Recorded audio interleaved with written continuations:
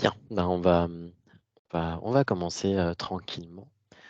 Je me présente. Tout d'abord, ben, bonsoir tout le monde. Je me présente Dorian Trindine. Donc, je suis conseiller France Rénov' à l'association Énergie Solidaire.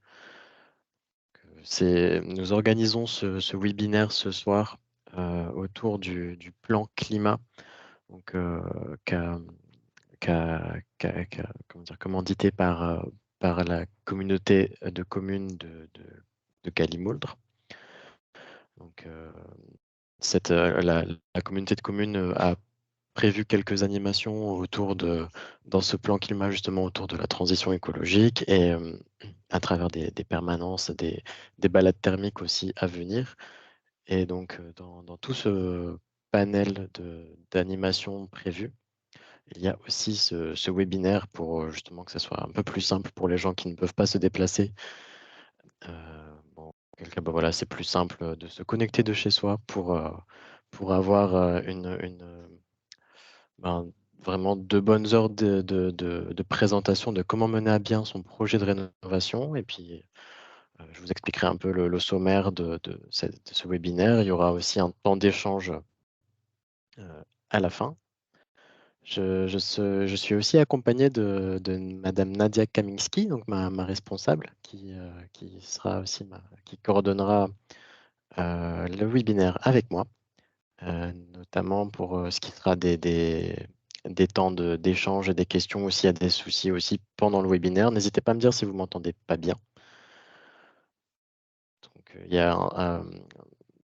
dans le webinaire, il y a un chat à côté. Donc, vous pouvez aussi voir une section questions-réponses. Il y a aussi pour plus tard la section aussi pour lever la main. Bon, on y reviendra. Alors, donc oui, juste pour revenir, les micros sont désactivés, les caméras aussi. Donc je pourrais peut-être les réactiver à la fin, mais bon, je privilégie, comme on est quand même beaucoup, les questions par l'écrit. Et puis moi, je répondrai pardon, par l'oral. Donc, voilà, comment baisser les factures d'énergie et comment mener à bien son projet de rénovation énergétique.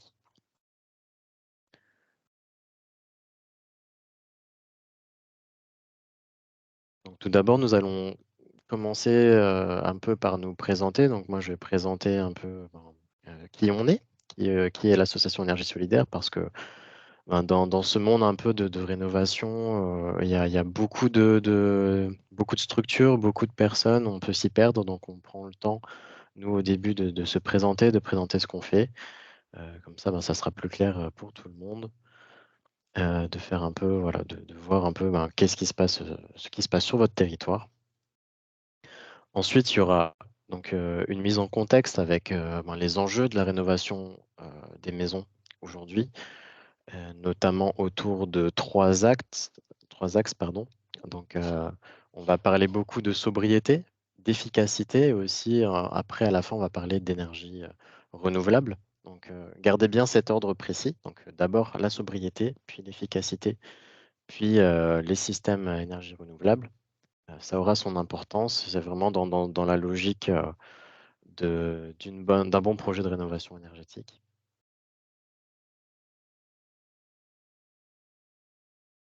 Ensuite, je vais vous présenter aussi avec tous ces outils-là, comment procéder, vers qui se tourner. Et ensuite, un point aussi sur les aides financières, parce que ça représente quand même un coût et c'est un peu un projet de vie, ces projets de rénovation énergétique. Donc, il y a des aides pour ça, il y a des aides pour ça. Il y aura encore plus d'aides en plus en 2024. Donc, je vous préfère un peu une présentation de ça aussi. Et ensuite, à la fin, il y aura ce temps d'échange et de questions. Alors, donc, énergie solidaire. Nous sommes, on est sur le territoire, on n'est quand même pas n'importe qui. On est là depuis quand même près de 25 ans sur le territoire. Donc, l'association, pour la petite histoire, elle a été, elle a été créée vraiment à but de lutter contre contre le dérèglement climatique, la précarité énergétique et aussi donc d'accompagner la transition écologique avec des missions orientées plutôt euh, vraiment très loin des Yvelines, en Afrique, au Burkina Faso, pour aider les, les gens du Burkina Faso à installer des panneaux solaires chez eux, enfin, surtout dans les écoles, dans les endroits un peu, voilà, dans les collectivités. Et depuis, l'association a laissé la main sur ces actions au Burkina Faso aux locaux et on s'est concentré plutôt sur notre territoire parce qu'on a commencé à Triel-sur-Seine. Donc, on a décidé de se concentrer sur les Yvelines. Donc, aujourd'hui, on est vraiment ancré dans un territoire bien précis. Et aujourd'hui, 25 ans plus tard, on est une équipe qui grandit de plus en plus avec une équipe de salariés. Donc, on est une association de salariés, d'une vingtaine donc, de salariés. Et donc voilà, nos missions aujourd'hui ce sont assez diverses et variées. C'est l'accompagnement à la rénovation énergétique, la spécialisation sur l'éco-construction, la lutte contre la précarité énergétique, et puis tout plein d'agilité à travers des animations et plein d'innovations aussi autour de ces choses-là. Donc le territoire aujourd'hui du Nord-Yvelines, ça concerne quand même 800 000 habitants. On s'occupe de 5 EPCI, dont la vôtre, la communauté de communes de Calimouldre. Vient ensuite, pour on va dire les plus petites communautés de communes, il y a la communauté de communes de Port-Île-de-France, il y a celle aussi du Pays Houdanais. Et ensuite, pour les communautés de communes un peu plus grosses, il y a la communauté urbaine Grand Paris Seine-et-Oise, CUGPSEO, et aussi la communauté d'agglomération de Saint-Germain-Boucles-de-Seine. Donc aujourd'hui, on est vraiment le relais local à travers des missions de service public qu'on porte autour de la rénovation énergétique. Donc moi, personnellement, je m'occupe du service public de France Rénov. Donc à l'association Énergie Solidaire, on est aussi l'espace conseil France Rénov sur votre territoire depuis 2002. On porte aussi des missions autour des collectivités depuis 2012, donc avec le CEP, le Conseil en énergie partagée, et aussi donc pour un public précaire autour de dispositifs du service public du SLIM que nous portons aussi depuis 2014. Et donc pour revenir un peu à ce que je fais moi en tant que conseiller France Rénov, donc c'est à la fois cette mission de conseil neutre et gratuit et à la fois aussi tout plein d'animations adaptées justement pour tout le monde, des programmes pédagogiques. Donc, on accompagne, on est un peu les coachs, on sert un peu à donner un peu de la pulsion pour se motiver, pour se challenger, pour se faire des défis. Donc, pour tout ce qui est réduire au mieux ses déchets, réduire au mieux sa consommation d'énergétique, avec le défi énergie qui est en ce moment même en train de se préparer. Euh, on a aussi des défis portés dans les écoles. Ensuite, pour les autres missions, on a aussi dans le cadre de Mission Climat 2050, tout ce qui peut être escape game, escape box aussi, voilà, des jeux un peu, on essaie de garder ce côté ludique et ouvert à tous pour aller quand même dans un sens, dans un but commun et d'une manière assez fun quand même. Et puis, on a des animations un peu plus techniques quand même, notamment les balades thermiques, les concours aussi maison économe. Et donc, les balades thermiques, je vais en parler parce qu'on en fait en ce moment, comme c'est la période hivernale et la période de chauffe, c'est la bonne période pour voir l'invisible avec la caméra thermique. On va y revenir. Donc, pour un peu une mise en contexte, pourquoi rénover? Donc, on voit ça partout aujourd'hui. On peut se dire que tout le monde, enfin les gens qui viennent nous voir, ils me disent voilà, je souhaite rénover ma maison parce que soit parce que tout le monde le fait autour de moi, soit aussi parce que c'est écologique. Enfin, il y a quand même ces questions. Ils se demandent est-ce que c'est vraiment écologique? Ils ont plein de questions autour de ça. Euh, il y a aussi que ça a un coût, donc il faut être bien sûr de ce qu'on fait. Euh, mais bon, la question de ça a un coût de faire des travaux, Il faut aussi se rendre compte que de ne pas faire de travaux, ça peut représenter aussi un coût sur le long terme avec justement cette consommation énergétique. Donc justement, donc le point sur nos consommations euh, avec donc des données de mars 2023, voilà un peu ce que représente la part du budget du ménage. Donc là, c'est vraiment l'énergie, donc ça concerne à la fois ce qui se passe dans le logement, mais aussi le carburant. Ça aussi, c'est un gros impact aussi sur le budget. C'est un gros enjeu de trouver des solutions autour de, comment dire, de l'autonomie et du déplacement. Mais pour en revenir à la maison, voilà un peu, donc quand on parle de l'énergie, ça représente quand même 52% du budget énergie d'un ménage. Donc, dans ces 52%, on s'en doute bien, c'est majoritairement du chauffage. Ensuite, de plus en plus, on a ce qu'on appelle l'électricité spécifique, donc l'électroménager, les appareils multimédia, les appareils connectés, on en a de plus en plus.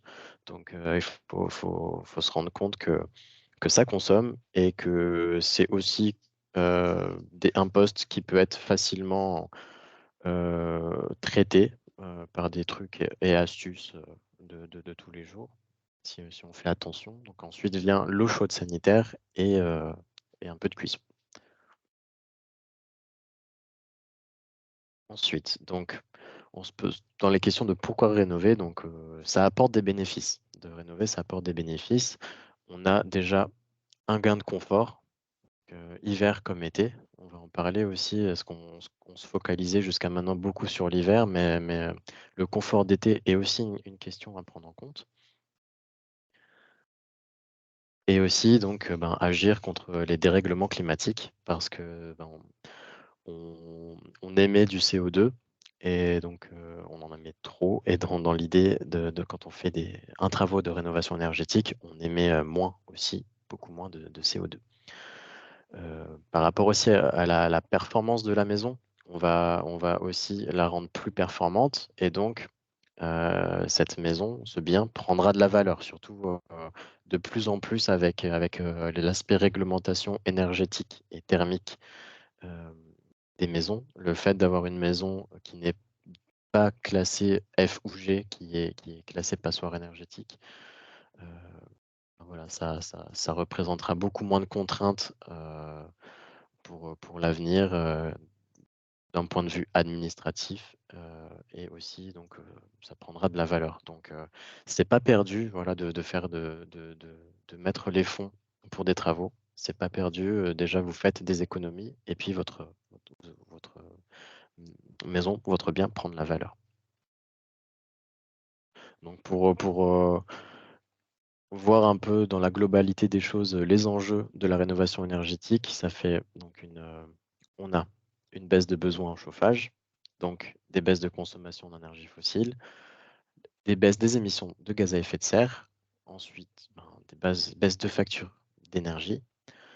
On a aussi cette notion de confort à prendre en compte, donc on a vraiment cette amélioration de confort, notamment depuis le Covid, on a beaucoup plus de télétravail. Donc en ce moment, je ne sais pas si parmi vous, vous faites du télétravail, vous vous rendez compte que de rester immobile chez soi quand il faut faire des économies d'énergie, donc pas trop chauffer, c'est quand même inconfortable. Donc, ces aspects-là deviennent de plus en plus ben, importants et ancrés un peu dans notre quotidien. Donc, pareil, un confort hiver-été, augmentation de la valeur verte du logement, et puis réponse aux réglementations. Alors nous, on aime bien expliquer pour adopter des potentielles solutions, hein, c'est la démarche Négawatt. Donc la Négawatt, c'est une structure française qui a travaillé de consort avec l'ADEME pour définir des scénarios de réduction justement de gaz à effet de serre. Et donc on le voit dans leur schéma. Euh, la flèche rouge explique un peu on va dire là où on va, la tendance actuelle. Et donc, en se fixant ces trois principes dont on a parlé au début, sobriété, efficacité et renouvelable, on arrive quand même à abaisser cette flèche euh, pour voir un peu, voilà, donc prioriser d'abord les besoins et les services énergétiques essentiels dans les usages individuels et collectifs de l'énergie. Ensuite, réduire la quantité d'énergie nécessaire et puis ensuite, voilà, donner la priorité aux énergies renouvelables.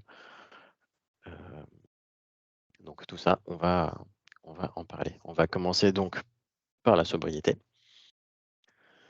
La sobriété, ça comporte des gestes du quotidien qui vont faire, sans dépenser des sous, ben, des économies.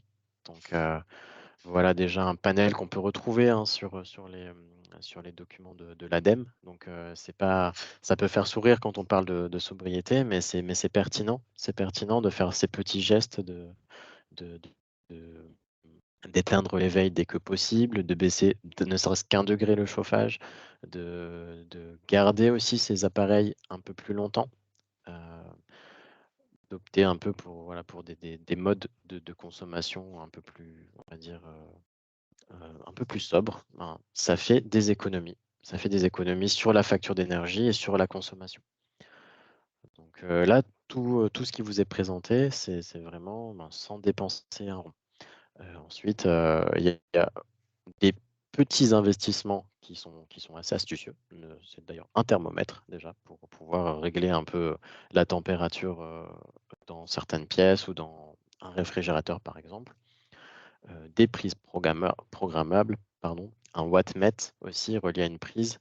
Déjà ça c'est assez intéressant. Vous pouvez vous rendre compte par exemple, ne serait-ce que combien consomme votre micro-ondes avec son affichage avec un wattmètre.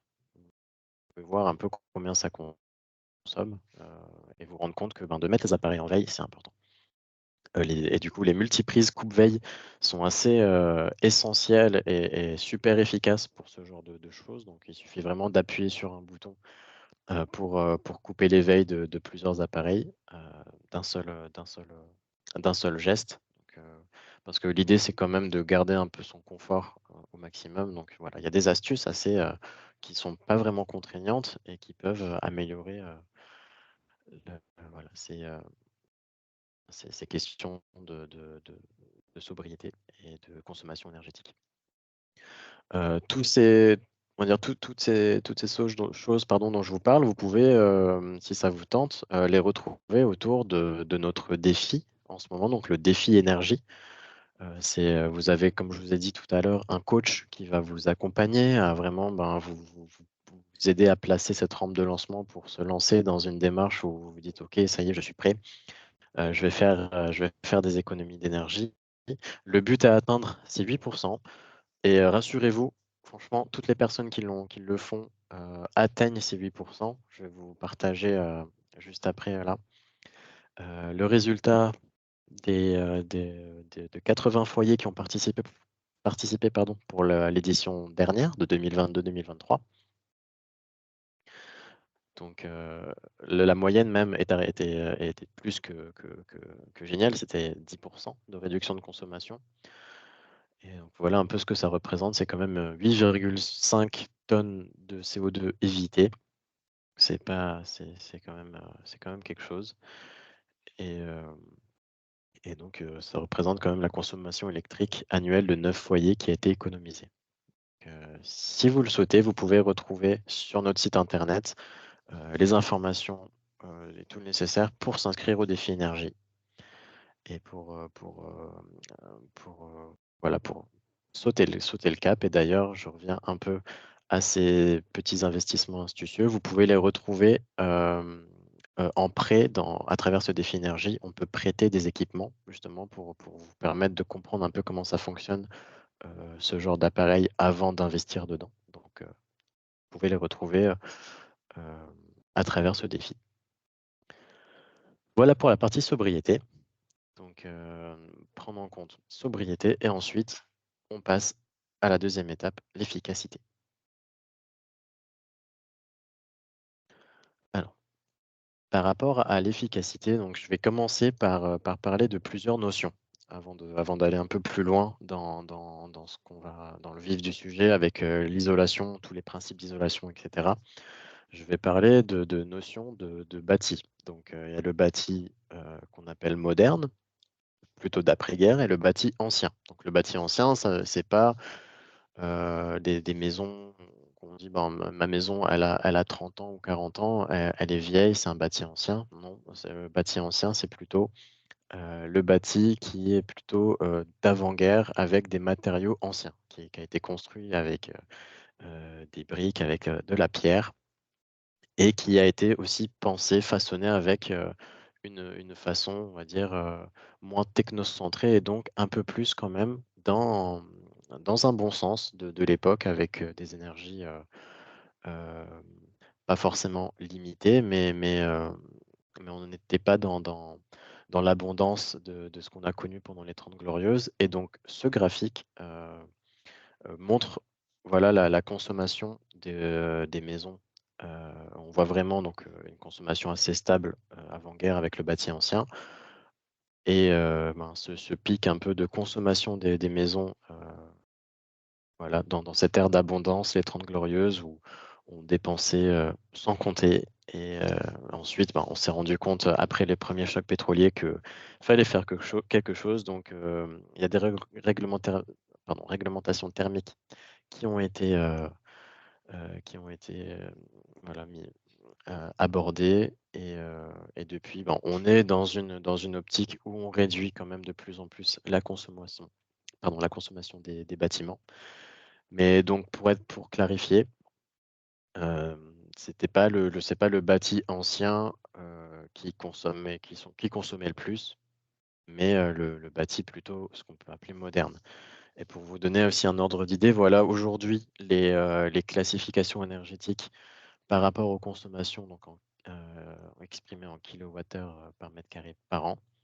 Donc si vous pouvez le voir, les bâtis anciens étaient quand même, c'était pas des passoires énergétiques, c'était pas non plus des bâtiments, ce qu'on appelle à basse consommation, mais c'est plutôt correct, on va dire, par rapport à l'époque, hein. Alors que pendant les Trente Glorieuses, là, vraiment, on a construit des milliers de passoires thermiques, enfin des milliards même. Et donc voilà, les notions à retenir, ça va être le bâti ancien et le bâti moderne qui n'auront pas les mêmes enjeux. Une autre notion aussi que je vais préciser, c'est la notion de confort thermique et la température ressentie. Donc, le corps humain, naturellement, va faire la moyenne entre la température ambiante dans l'air et la température des parois, des surfaces. Donc, avec des phénomènes de parois froides, quand on a, soit parce qu'on a une maison pas isolée ou qu'on a des mouvements d'air parce qu'il y a du simple vitrage, des infiltrations, des choses comme ça. Donc ça va faire une sensation de paroi froide qui va nous créer vraiment cet inconfort et qui va nous pousser à consommer en chauffage. Donc, on peut avoir un ressenti très différent si on a une paroi qui est isolée et si on a traité ces problèmes, on va dire, d'étanchéité à l'air. Et donc, on le voit vraiment ensuite sur la consommation de chauffage. On a vraiment, ben, on a moins besoin, pardon, de chauffer. Donc, on rentre maintenant dans le vif du sujet, qui est l'isolation. Donc, ma partie préférée. Euh, oh, pardon, excusez-moi. Donc, ces schémas représentent les déperditions d'une maison plutôt, voilà, plutôt type moderne, années 60-70, avec ben, l'isolation de l'époque. Donc, ce schéma représente un peu les pourcentages de déperdition de la maison. Donc là, on parle vraiment de la performance de la maison. Et donc là, on peut dire que ben, la maison n'est pas performante parce qu'elle va laisser échapper le chauffage qu'on produit à l'intérieur. Donc elle va laisser échapper que ce soit par la toiture en priorité, souvent. Ensuite, peut venir les murs. La question de l'air, du renouvellement d'air est importante aussi. Garder cette notion de ressenti, de confort, de ressenti. Quand on a des parois humides, quand on n'a pas de système de VMC qui va extraire l'excès d'humidité dans la maison, quand on a des infiltrations, quand on a une cheminée aussi à foyer ouvert. Voilà, ça représente des sources de déperdition. Ensuite viennent le vitrage. Alors ça dépend ensuite de comment de pourcentage de parois vitrées que vous avez et puis ensuite, bah, de sa constitution. Ensuite vient le sol, parce qu'on a aussi des déperditions par le sol. Il faut comprendre que c'est la chaleur qui va vers le froid et pas le contraire. Donc, si vous avez un sous-sol qui n'est pas chauffé, la chaleur que vous allez produire va avoir tendance à aller aussi vers le sous-sol.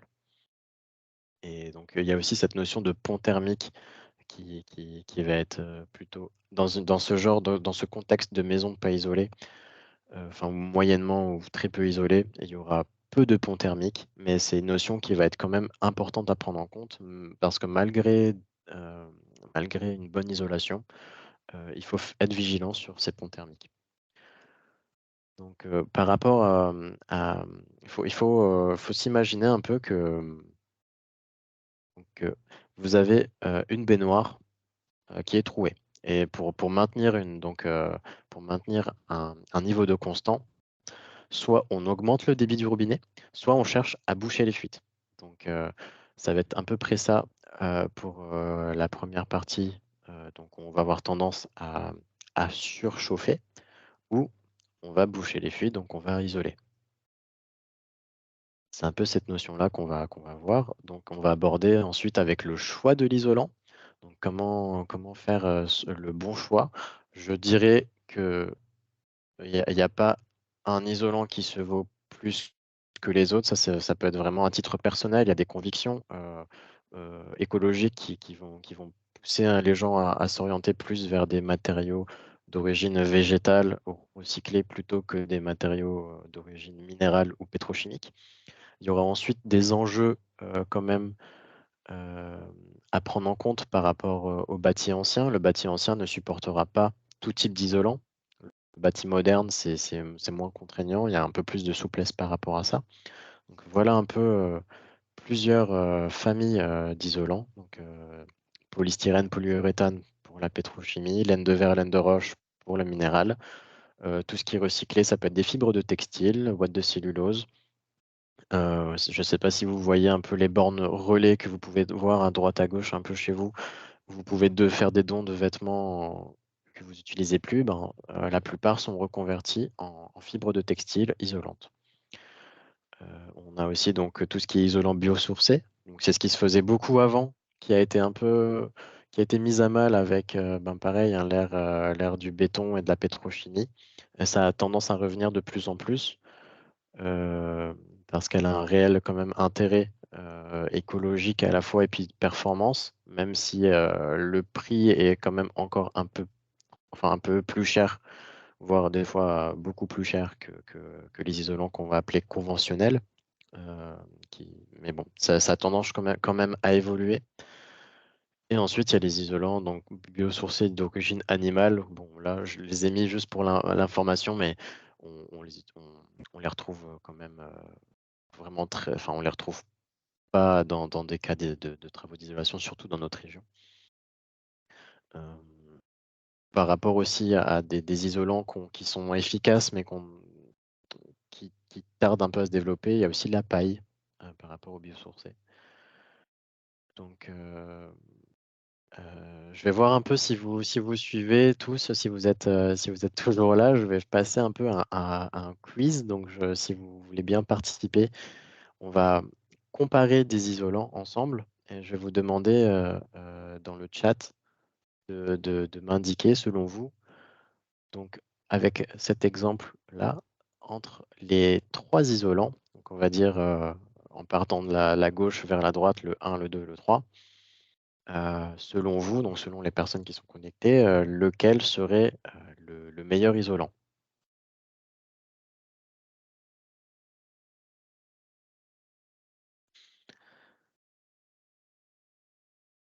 D'accord, donc j'ai une réponse pour le moment. Je vais attendre encore un petit peu.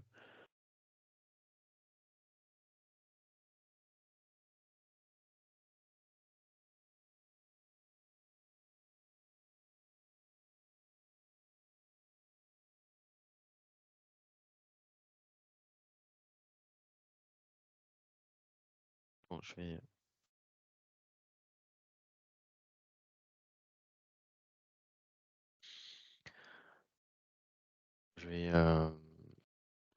j'ai une réponse, la laine de bois. Là, c'est vraiment l'épaisseur. Là, je parle de l'épaisseur.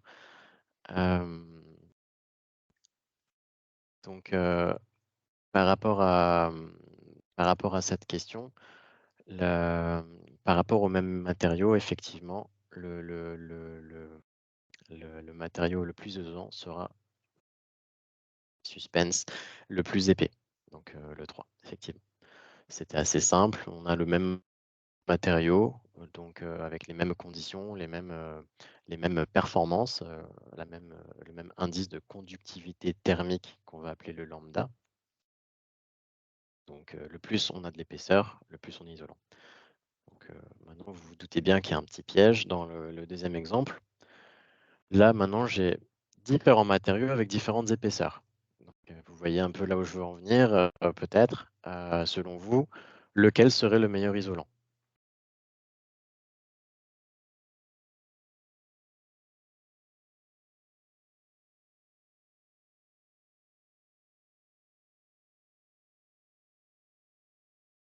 Pardon, excusez-moi.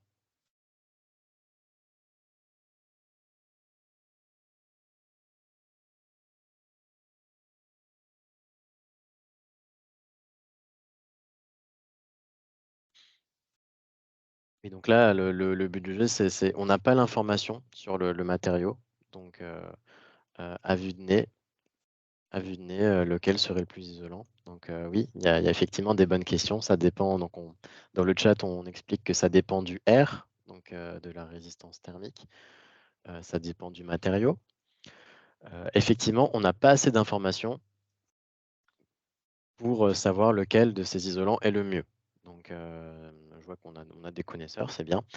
Donc, je vais aller un peu, je vais prendre le temps d'expliquer ça. Alors, donc, le R, on l'a demandé dans le chat, c'est la résistance thermique d'un matériau. Donc, elle va être calculée tout simplement avec une division. Ça va être l'épaisseur du matériau divisé par son lambda. Le lambda qu'on peut retrouver donc, sur les étiquettes techniques de vos matériaux isolants que vous pouvez trouver sur le marché ou qui vous est proposé dans des devis. Donc, le lambda, qui est l'indice de conductivité thermique d'un matériau, va faire que le plus le lambda va être faible, le moins le matériau va conduire cette chaleur et donc le plus elle va être isolante. Donc, le plus le lambda se rapproche du zéro, le mieux le matériau est isolant. Pardon. Et donc, en exprimant un peu cette formule, on peut se rendre compte que si on a euh, un lambda qui est vraiment très proche de zéro, on peut se contenter d'une épaisseur assez moindre pour atteindre un R important. Et ça va être très important à comprendre pour les notions d'isolation avec tout ce qui est demandé quand même en exigence de performance thermique. Donc là, vous voyez pour différents types de parties d'isolation, donc toiture, terrasse, plancher de comble perdu, les rampants de toiture, ou qui sont exprimés aussi en plafond de comble et mur extérieur, intérieur. Le R demandé est différent et donc vous pouvez voir un peu, vous amuser quand vous allez chercher des isolants, si vous êtes vraiment intéressé sur le choix de l'isolant par conviction, voilà, par intérêt, par curiosité ou même par contrainte économique, voir si le lambda du matériau vous permet d'atteindre le R demandé et si aussi ça vous permet de rentrer dans des contraintes d'épaisseur qui peuvent malheureusement auxquelles on doit faire face des fois dans des projets de rénovation. Mais bon, un projet de rénovation, il est fait de contraintes, donc voilà, on peut toujours un peu essayer de jouer entre le R, l'épaisseur, le lambda pour arriver quand même à trouver son compte. Donc, après ce quiz, on va revenir pardon, sur l'aspect de l'isolation. Donc, on va commencer par, si vous remémorez un peu le schéma de tout à l'heure, vers la partie la plus déperditive, donc le toit. Le toit, donc ça peut être, les combles perdus, ça peut être des rampons de toiture, ou des combles aménagés. L'idée, ça va être quand même d'isoler au plus proche de sa surface, enfin du volume, pardon, qu'on chauffe. Donc ça va pas être nécessaire d'aller chauffer les chouettes dans le grenier si les combles ne sont pas aménagés. Donc ça va être un poste qui va être assez simple en plus à isoler, ces combles perdus. On peut les retrouver, donc ces principes d'isolation par 2 types, en pose de rouleau entre solives, avec une couche croisée ou par insufflation. Donc par rapport ensuite, à ce qu'on pourra trouver d'autre, donc il y a l'option, comble aménagé. Donc dans ce cas-là, pareil, on va être contraint plutôt d'isoler, au niveau des rampants, donc au niveau de la toiture. Alors il y aura 2 principes, il y a l'isolation des combles sous rampant. Dans le cas où vous avez, des combles déjà aménagés et que vous ne préférez pas, hem, tout démonter puis mettre un isolant, puis remonter, vous pouvez passer par l'extérieur. Donc vous pouvez passer, heu, par l'extérieur, il y aura donc un détuilage, un retuilage et ensuite une épaisseur d'isolant à mettre. Souvent l'espace disponible, avec la construction de l'époque, heu et un peu source de contrainte parce qu'avec l'épaisseur, demandée justement ou le ou le R demandé ne peut pas être obtenu, et qu'il faut un peu plus de centimètres, et qu'on n'a pas ces centimètres. Donc dans ces cas-là, c'est possible de faire une légère surélévation de la toiture. Donc vous pouvez rajouter, hem, donc au niveau des solives, un peu plus d'épaisseur pour ensuite pouvoir y mettre un peu plus d'épaisseur d'isolant et ensuite vous allez pouvoir, retuiler et donc ça nécessitera quand même, une une pose, d'échafaudage extérieur. Ça nécessitera aussi une demande, en mairie aussi, une demande d'autorisation parce qu'il y aura une modification, même si elle est légère, il y aura une modification sur l'aspect extérieur de la maison. Donc ça, il faut prendre en compte. Hem, Par rapport aussi aux enjeux et puis, on va dire, à l'investissement qui peut être engendré pour ce genre d'isolation, il y a l'option ce qu'on appelle le sarking qui peut être aussi envisagé parce que tant qu'à faire, autant faire les choses, au mieux. Le sarking, ça va être, le même principe, passer par l'extérieur, mais et puis pareil aussi une surélévation. Mais là, dans ce cas-là, il y aura, une surépaisseur encore de couche isolante qui va être posée pour passer au-dessus des solives. Donc là, dans ce cas-là, vous allez traiter les ponts thermiques et vous allez avoir vraiment on va dire une isolation par l'extérieur, du toit. Ça peut être aussi à envisager. Ça s'appelle le sarking. Ensuite, il y a pour revenir à la question de l'isolant, de choix de l'isolant et de son lambda, il faut prendre en compte aussi, sa capacité à vous protéger de la chaleur d'été. Donc, nous, on a tendance à beaucoup parler aussi du confort d'été. C'est quelque chose qui commence à venir un peu dans les automatismes des artisans, de ce qu'ils vous proposent, mais c'est pas encore tout le temps le cas. Donc, n'hésitez pas à leur demander aussi si l'isolant qu'ils vous proposent peut vous protéger, heu, sur une durée en heures, assez suffisante. Donc, ce qui est, ce qui est recommandé quand même, c'est plutôt au moins 8 heures de déphasage et donc si vous voyez un peu dans le tableau comparatif, hem, on se rend compte que pareil, hein, les millions de maisons qui ont été construites, après-guerre pendant les 30 glorieuses avec, à peine, 10 à 15 centimètres de laine de verre, avec des combles aménagés. Aujourd'hui, les gens en été ils en peuvent plus. Il y en a qui n'arrivent plus à vivre, dans leur chambre ou, pour les gens on va dire les parents ou grands-parents qui accueillent souvent leurs enfants ou petits-enfants et qui ont des chambres dans les combles, c'est impossible pour eux de les inviter l'été parce que, il fait vraiment trop chaud. parce que, bah, voilà, la laine de verre, elle est efficace contre le froid. Elle est efficace pour vous protéger du froid, mais elle est trop peu dense. Elle manque vraiment d'inertie, de masse volumique pour pouvoir stocker, emmagasiner la chaleur et pouvoir la restituer sur un temps de manière plus longue et plus diffuse. Donc, dans un choix d'isolant, c'est quand même à prendre en compte. Vous allez sûrement être aussi, enfin des artisans vont sûrement vous parler d'un isolant qu'on appelle isolant à couche mince. Donc ça, c'est dans le cas où vous avez peu d'espace, dans des combles aménagés et que la solution, miracle que vous apportera l'artisan sera, cet isolant multicouche avec, à la fois des fines couches, de de de mousse en polystyrène, polyuréthane et cetera, et aussi des couches, aluminium, réfléchissant. Donc, ce matériau, j'en parle un peu parce qu'il faudra aussi être vigilant par rapport à ça.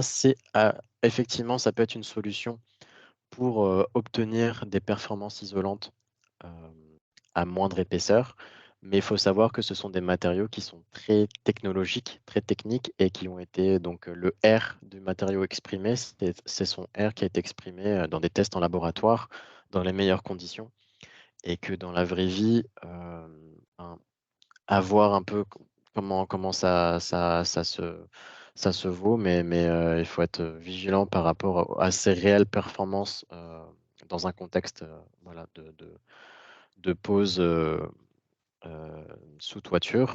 Il y a aussi, les enjeux avec cet isolant de la pose. Il faut vraiment que la pose soit continue. Il faut qu'elle soit aussi, il faut éviter qu'elle soit écrasée. Donc si vous avez au final peu de place et que l'artisan va vous dire: «Ben oui, vous allez, mettre ça avec, un autre isolant et que, ben, ça va rentrer tout juste», ben, dites-vous que ces isolants à couche mince, elles sont constituées de vraiment de micro-bulles d'air qui vont faire cet aspect isolant. Ben, quand elles sont écrasées, elles perdent vraiment beaucoup en capacité isolante. Donc, vraiment, voilà, c'est des notions un peu à prendre en compte. On conseille de ne pas juste, oui, voilà, comme je vois en commentaire, vaut mieux les éviter. Si des fois, on peut vraiment, pas faire autrement parce qu'il y a des contraintes au niveau, de la réglementation, heu que ça soit au niveau des mairies, donc il y a une impossibilité de toucher à la toiture, et que c'est trop contraignant de gratter, l'espace, le volume à l'intérieur. Faire quand même attention, essayer au maximum de le coupler avec un isolant. Donc on peut trouver souvent ce genre d'isolant à couche mince qui sont couplés avec de la laine de bois, par exemple. Donc là, vous avez déjà un peu plus de sécurité, le fait d'avoir, un mix de ces isolants. Heu Voilà, je vous en parle. Après, ces capacités, du confort d'été, pareil, le fait qu'elle a cette couche, aluminium réfléchissante, elle va quand même pouvoir, avoir cet aspect de réverbération et de repousser, le rayonnement solaire. Mais par rapport à son inertie, elle va quand même manquer d'inertie. Je vais me boire un petit peu, je suis désolé.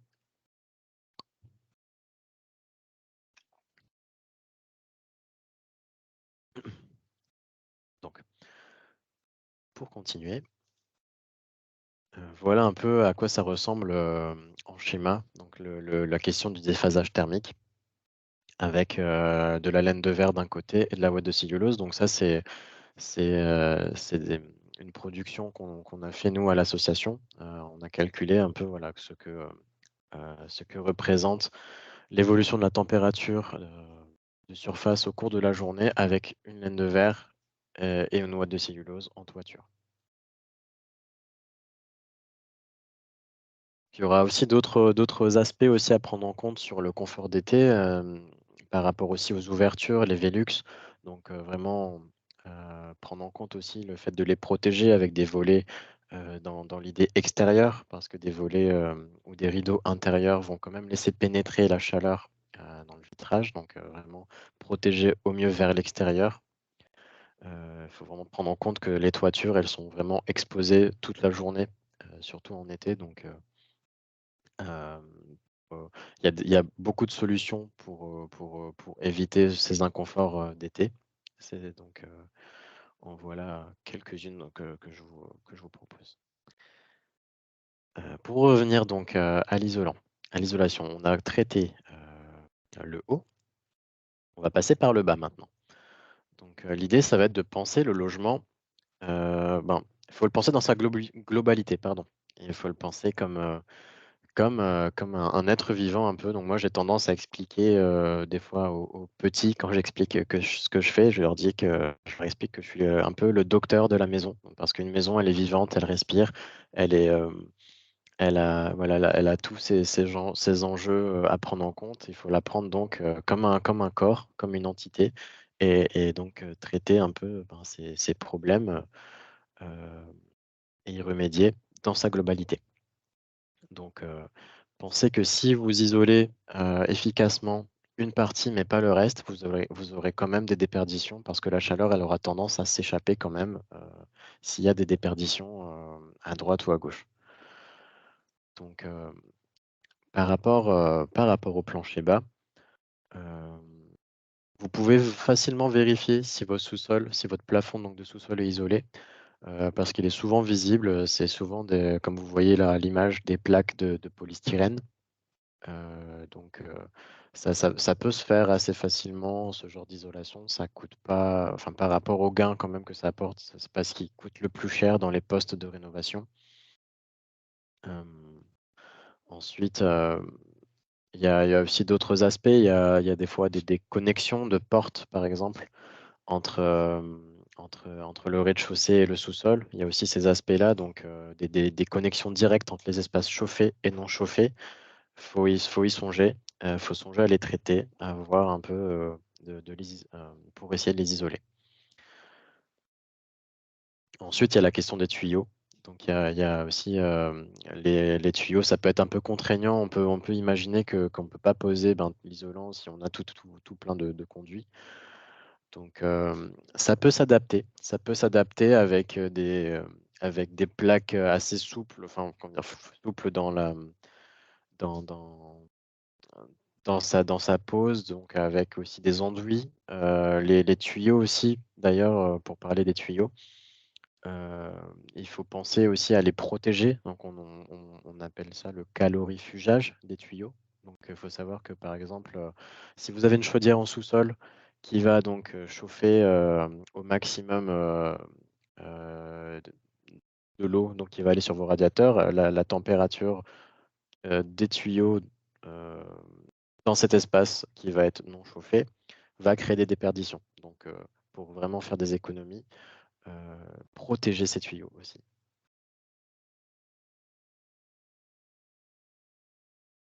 Donc voilà, on peut penser que quand on a isolé le haut, le bas et les murs, on est tranquille. Mais moi, je dirais que j'en suis pas si sûr. Il y a déjà cette notion de pont thermique à prendre en compte. Là, vous le voyez dans le schéma. Heu, là, c'est un schéma avec une isolation par intérieur.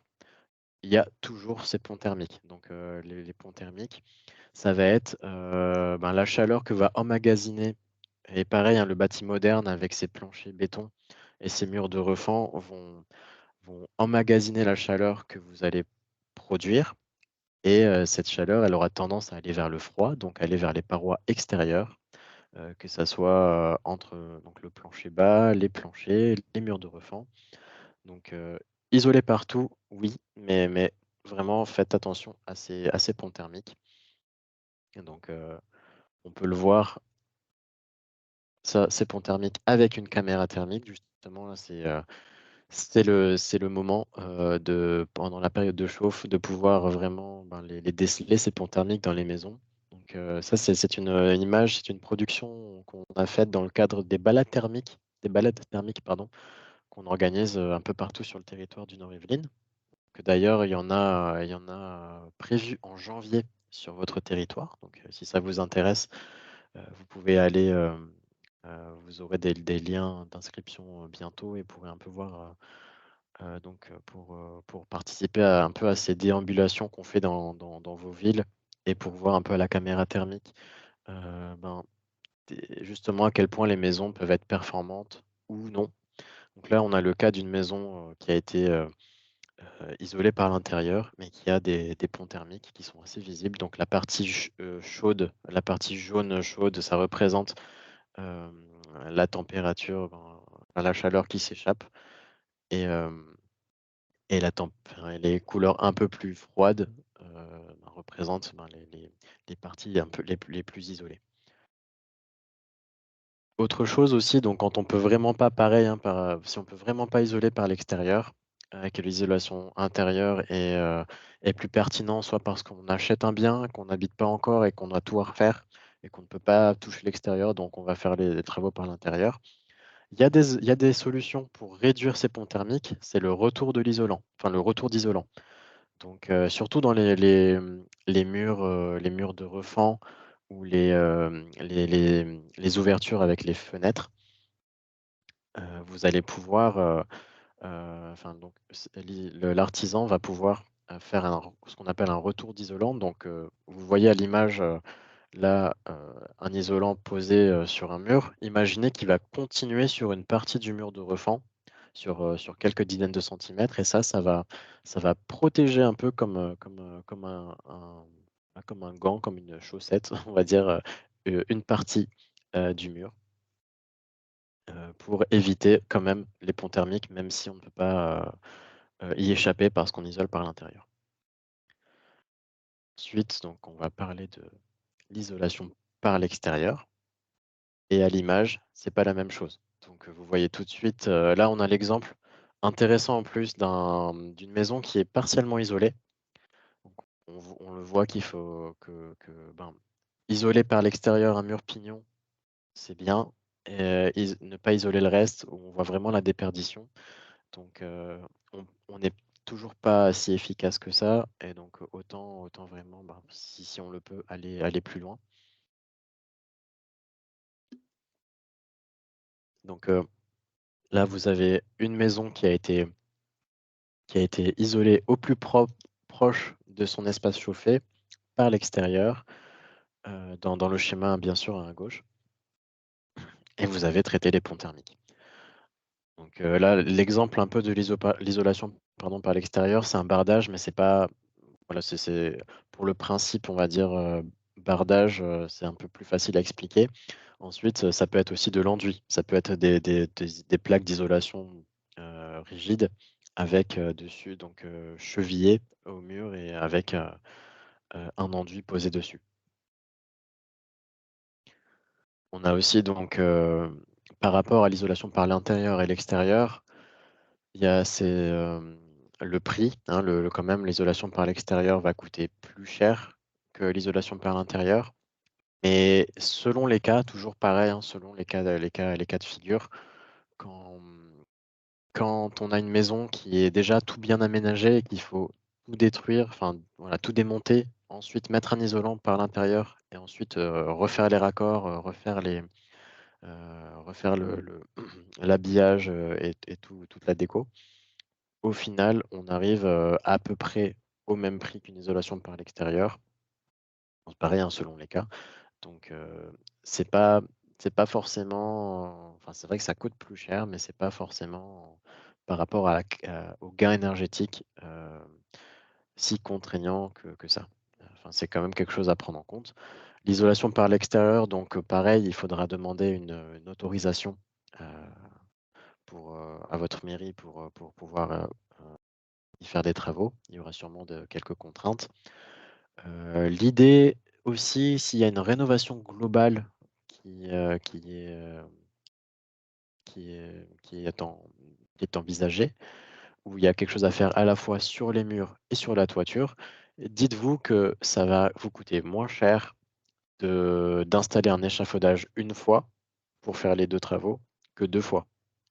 Enfin, puis 2 fois, c'est aussi installer, désinstaller, réinstaller et redésinstaller. Donc, voilà, prenez en compte aussi que on peut penser aussi, dans la globalité, des travaux, de faire un cumul de travaux. Pareil aussi pour, si on a des fenêtres à changer et qu'on veut refaire les murs et ben, le fait le fait de rajouter, une surépaisseur, de faire une modification sur le mur et ben, en profiter pour changer les fenêtres et de les reposer en même temps que la finalisation un peu de tous les traitements d'étanchéité, d'isolant du nouveau mur isolé. Ça ça augmente vraiment les chances d'avoir un projet, ben, qui tient la route niveau énergétique et avec, ben, tout ce qui peut être vraiment petit micro point de traitement d'isolation pardon et d'étanchéité, on va dire où c'est un peu plus simple à la fois pour les artisans, de mettre en œuvre et donc ça rend le projet quand même plus efficace.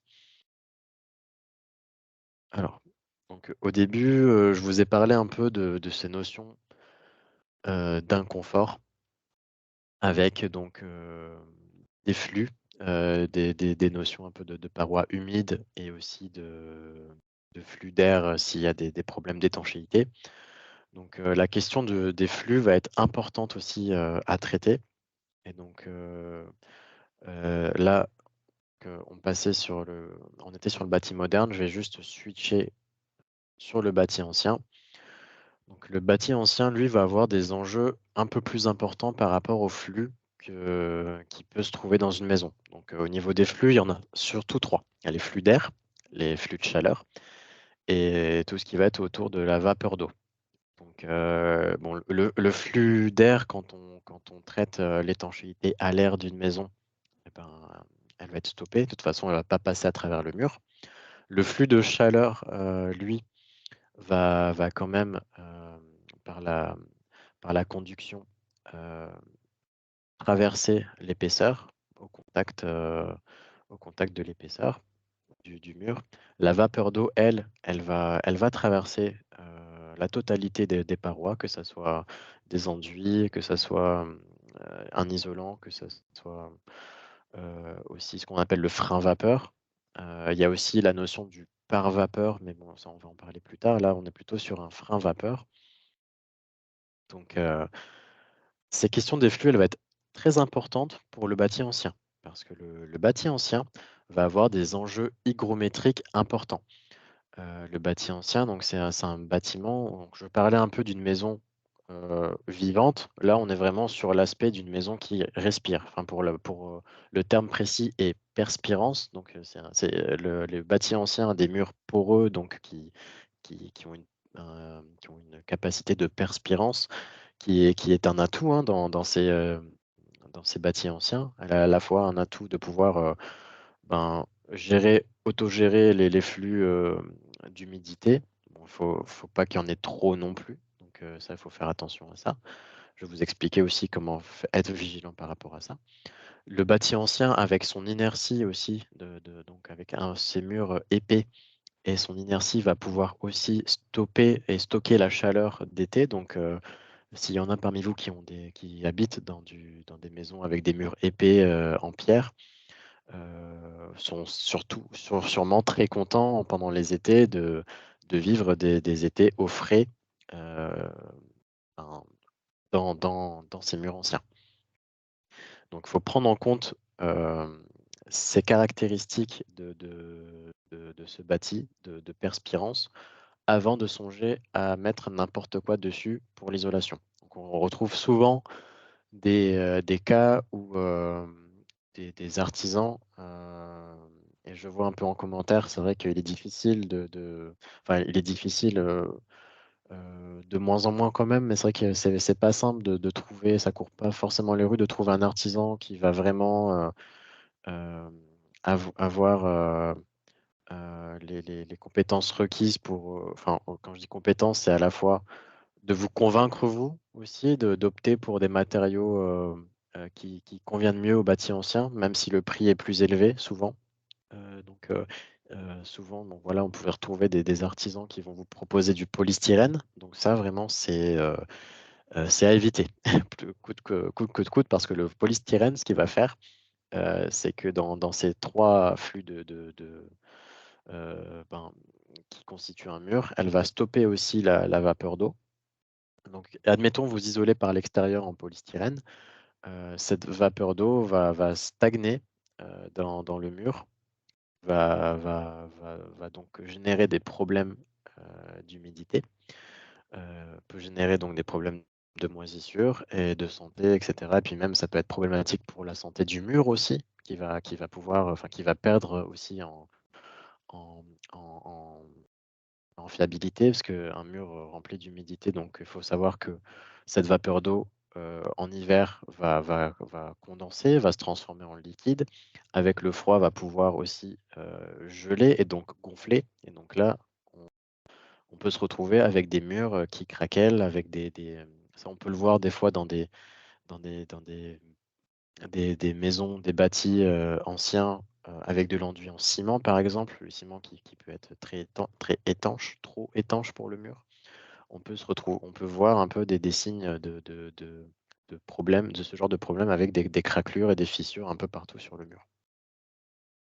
Ou aussi des problèmes de remontée capillaire, parce que pareil, hein, ce mur, avec tous les enjeux de remontée capillaire, les les va pas pouvoir les échapper, enfin, on va pas pouvoir les faire sortir, et donc ça va stagner entre le mur et l'enduit et créer de la moisissure, en extérieur, et donc c'est problématique.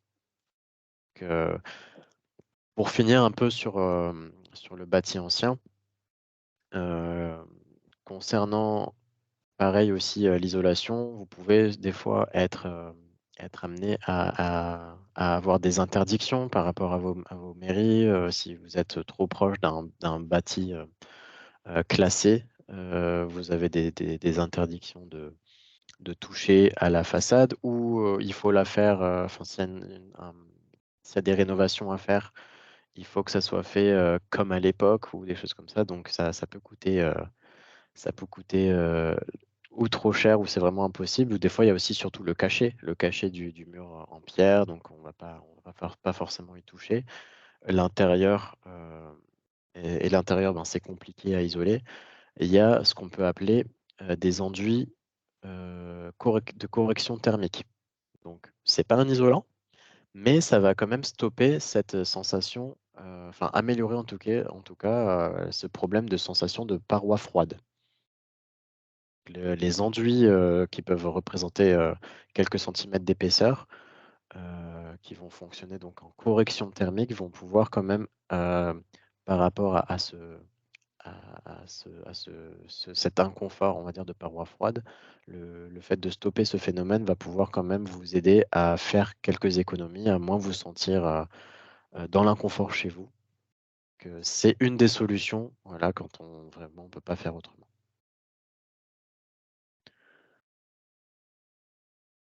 Ensuite, on va parler donc toujours dans les flux, aussi avec le vitrage, donc avec, ce que va apporter un vitrage performant. Donc là, on voit un peu l'exemple, toujours, hein, de cette sensation de froid. Donc, là, on parlait tout à l'heure de parois froides.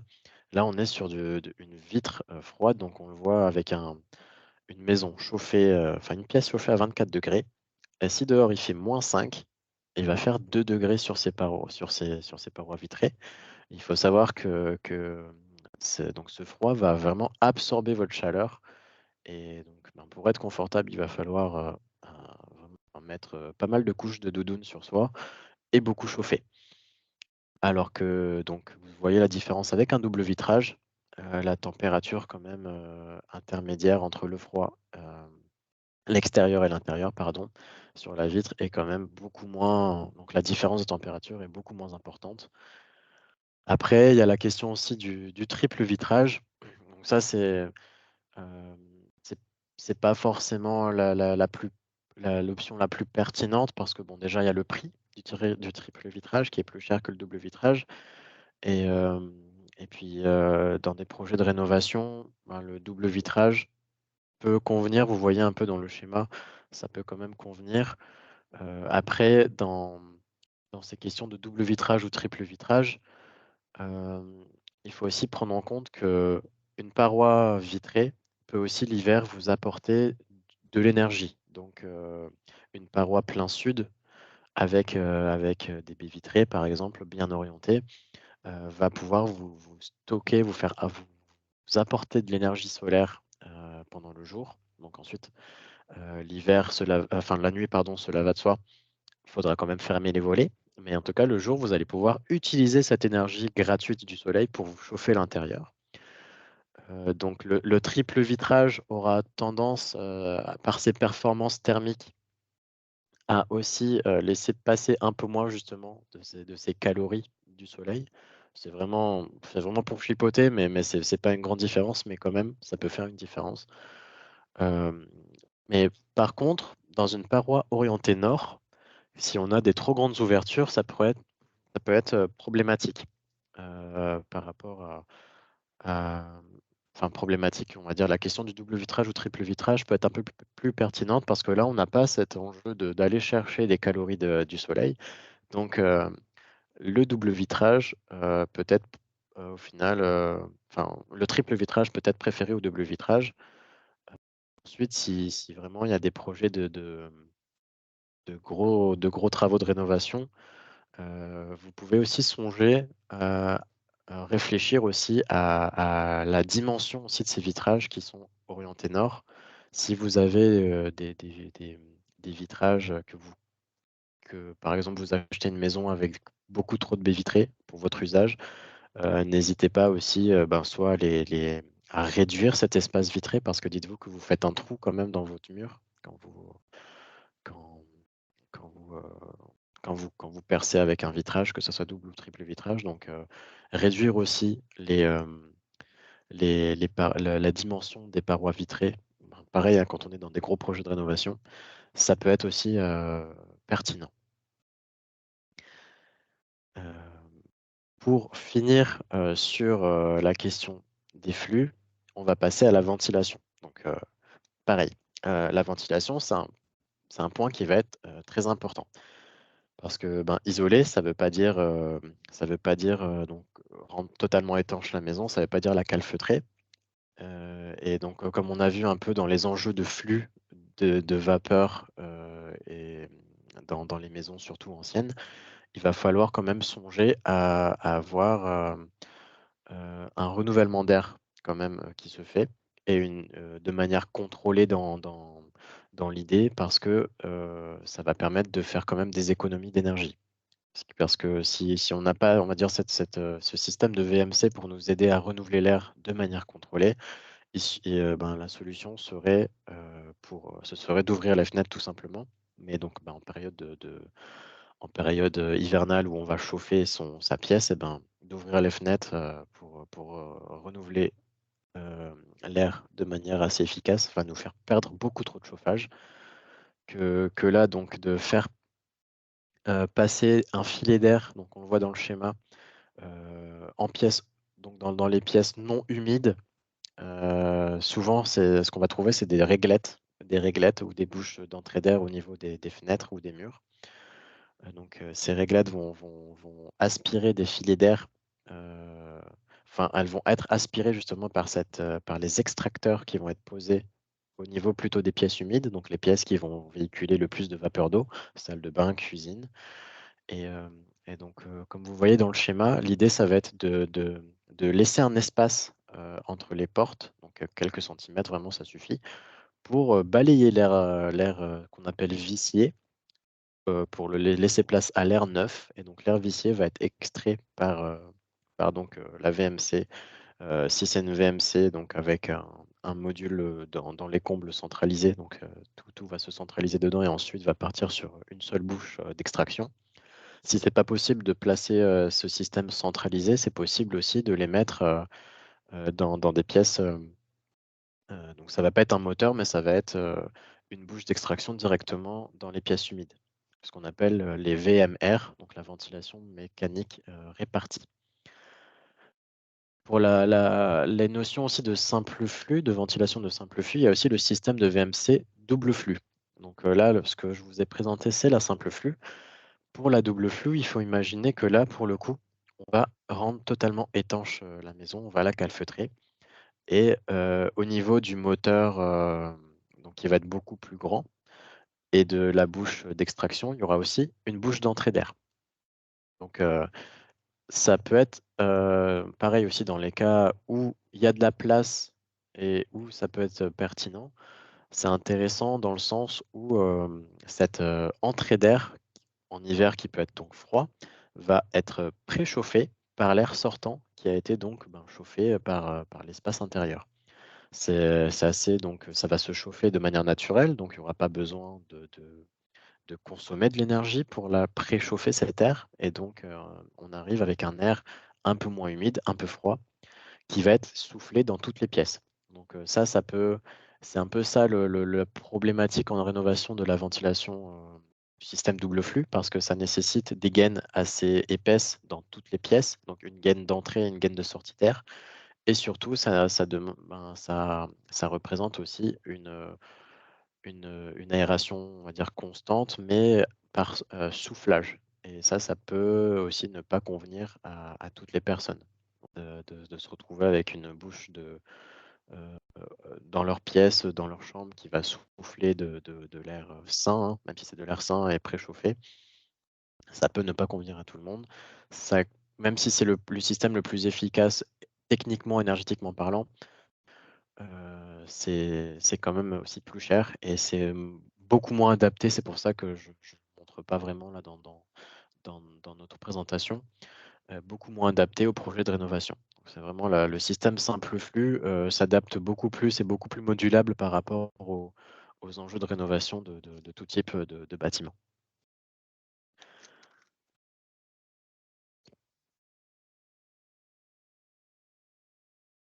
Bien bon, je vais, accélérer un peu la cadence pour la 3e partie donc on a quand même donc on a fait un bon bout de chemin ensemble. On a vu d'abord donc tout l'aspect de la sobriété, ensuite l'efficacité. Donc là, on finit le volet efficacité et on attaque maintenant, aux énergies renouvelables. Donc je le présente, enfin on le présente et même Negawatt le présente dans ce sens-là. Donc on voit que après déjà le premier volet sobriété, on réduit un peu la tendance, de la consommation énergétique.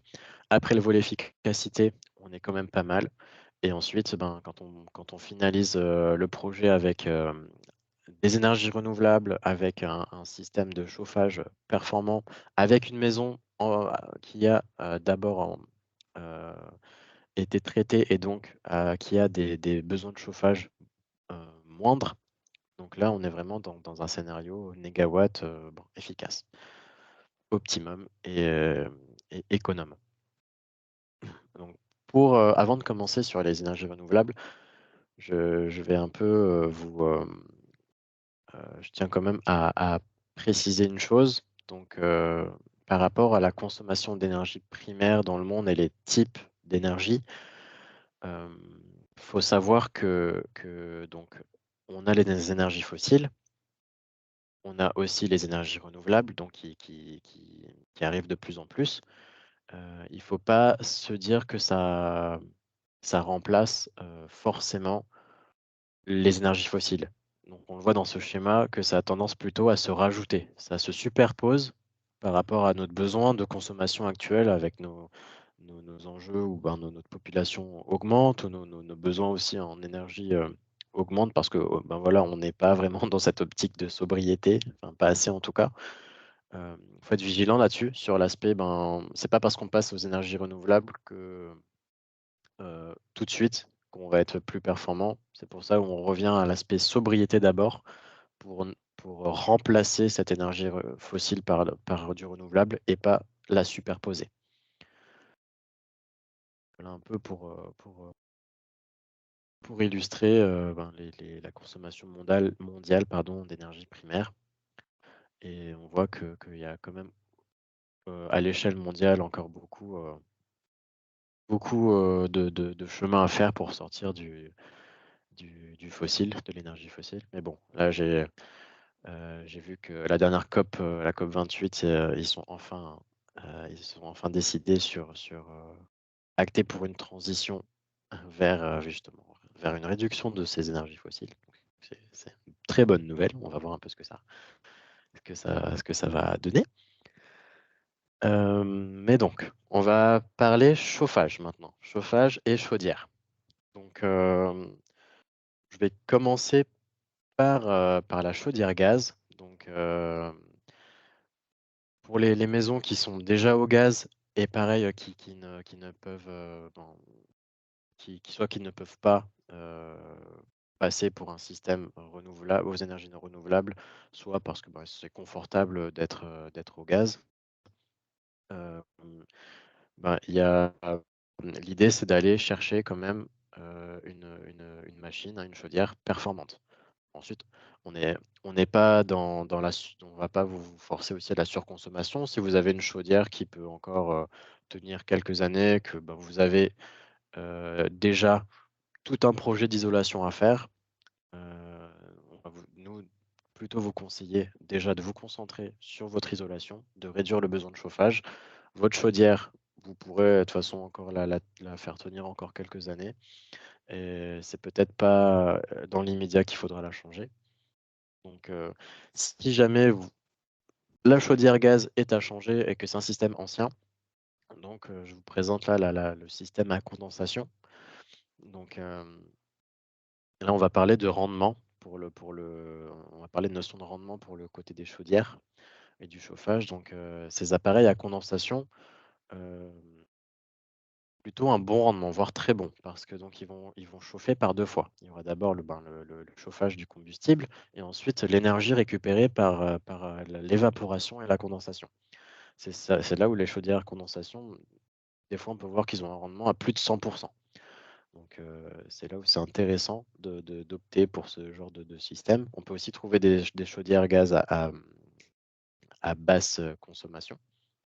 Pareil, hein, basse consommation, ça veut dire quand même d'avoir une maison bien isolée avec un besoin de chauffage qui est quand même, amoindri. Ben, la question de rester sur les énergies fossiles ou de sortir des énergies fossiles, c'est une vraie question.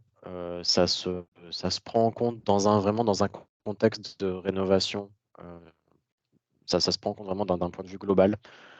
Ça se prend en compte aussi, enfin, il faut prendre en compte la temporalité aussi sur comment on veut anticiper, un remplacement de chaudière et d'en profiter, de faire des travaux d'isolation pour en profiter.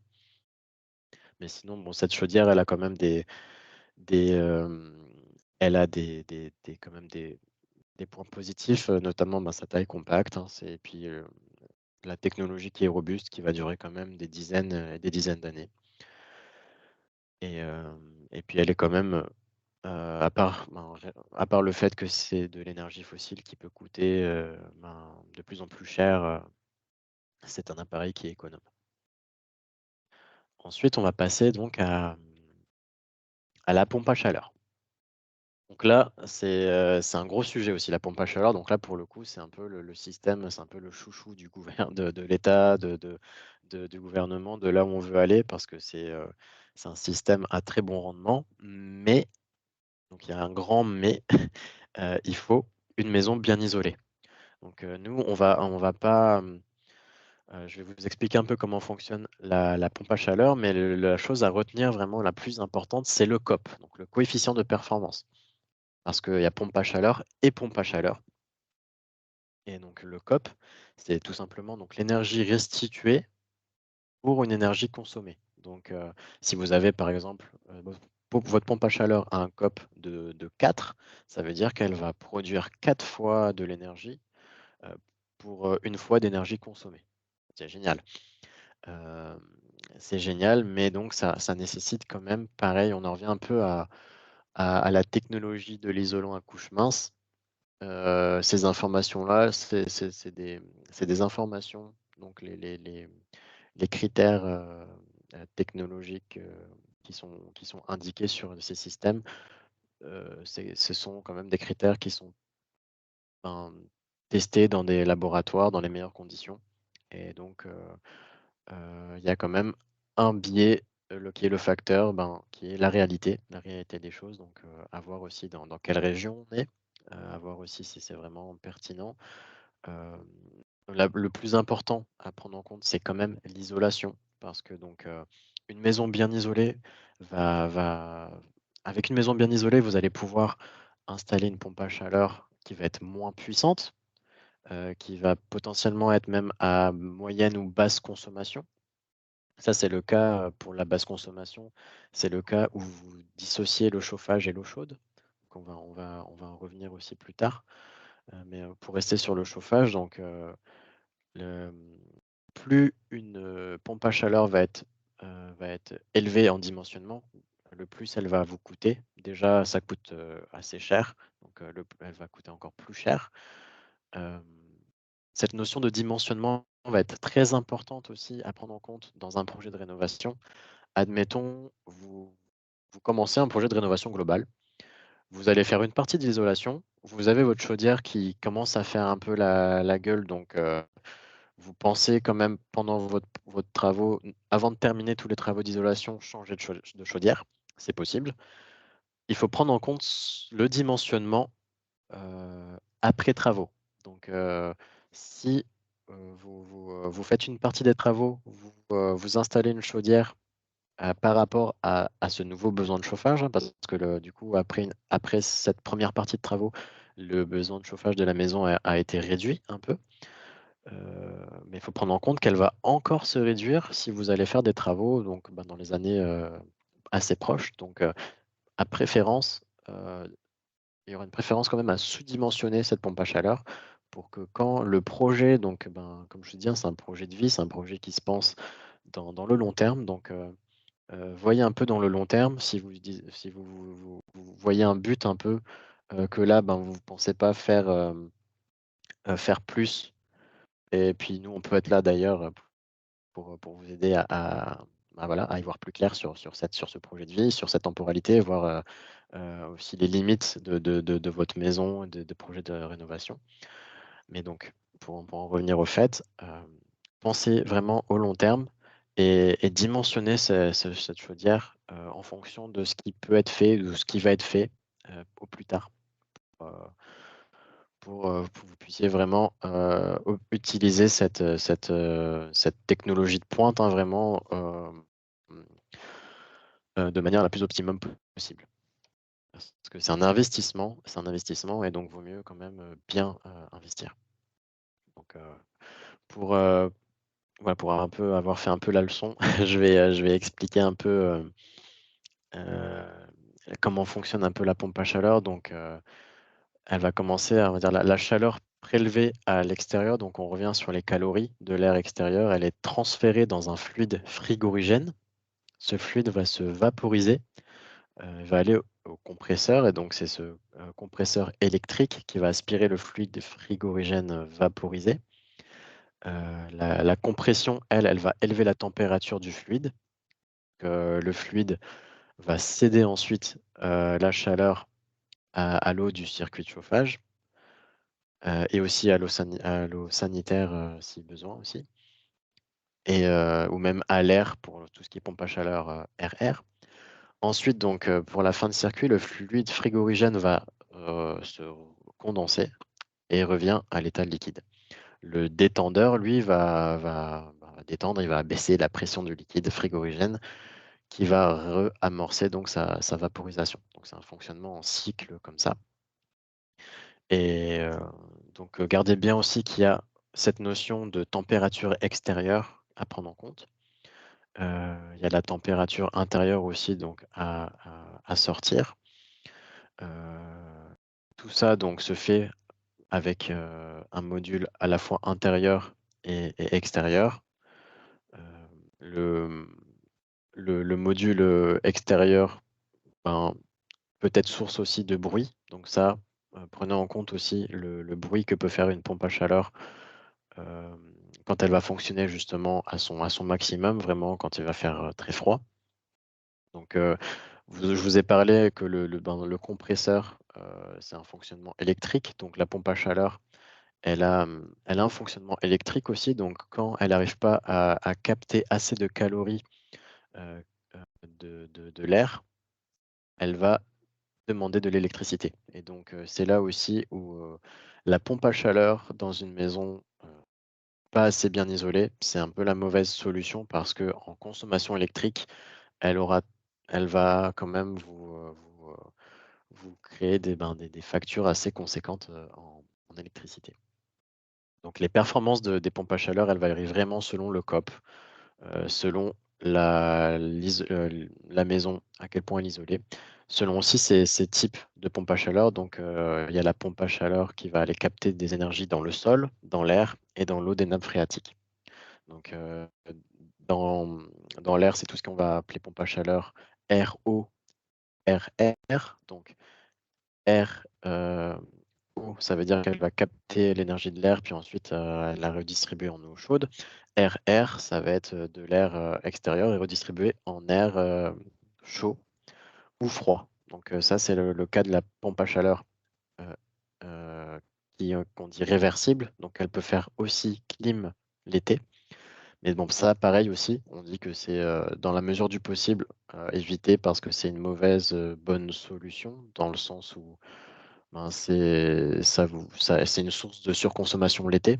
Alors que si on a bien traité le confort d'été, comme on en a parlé au début, euh, et puis même on peut aussi traiter d'autres sujets de confort d'été avec des casquettes solaires, avec des brise-soleil, avec des volets, etc.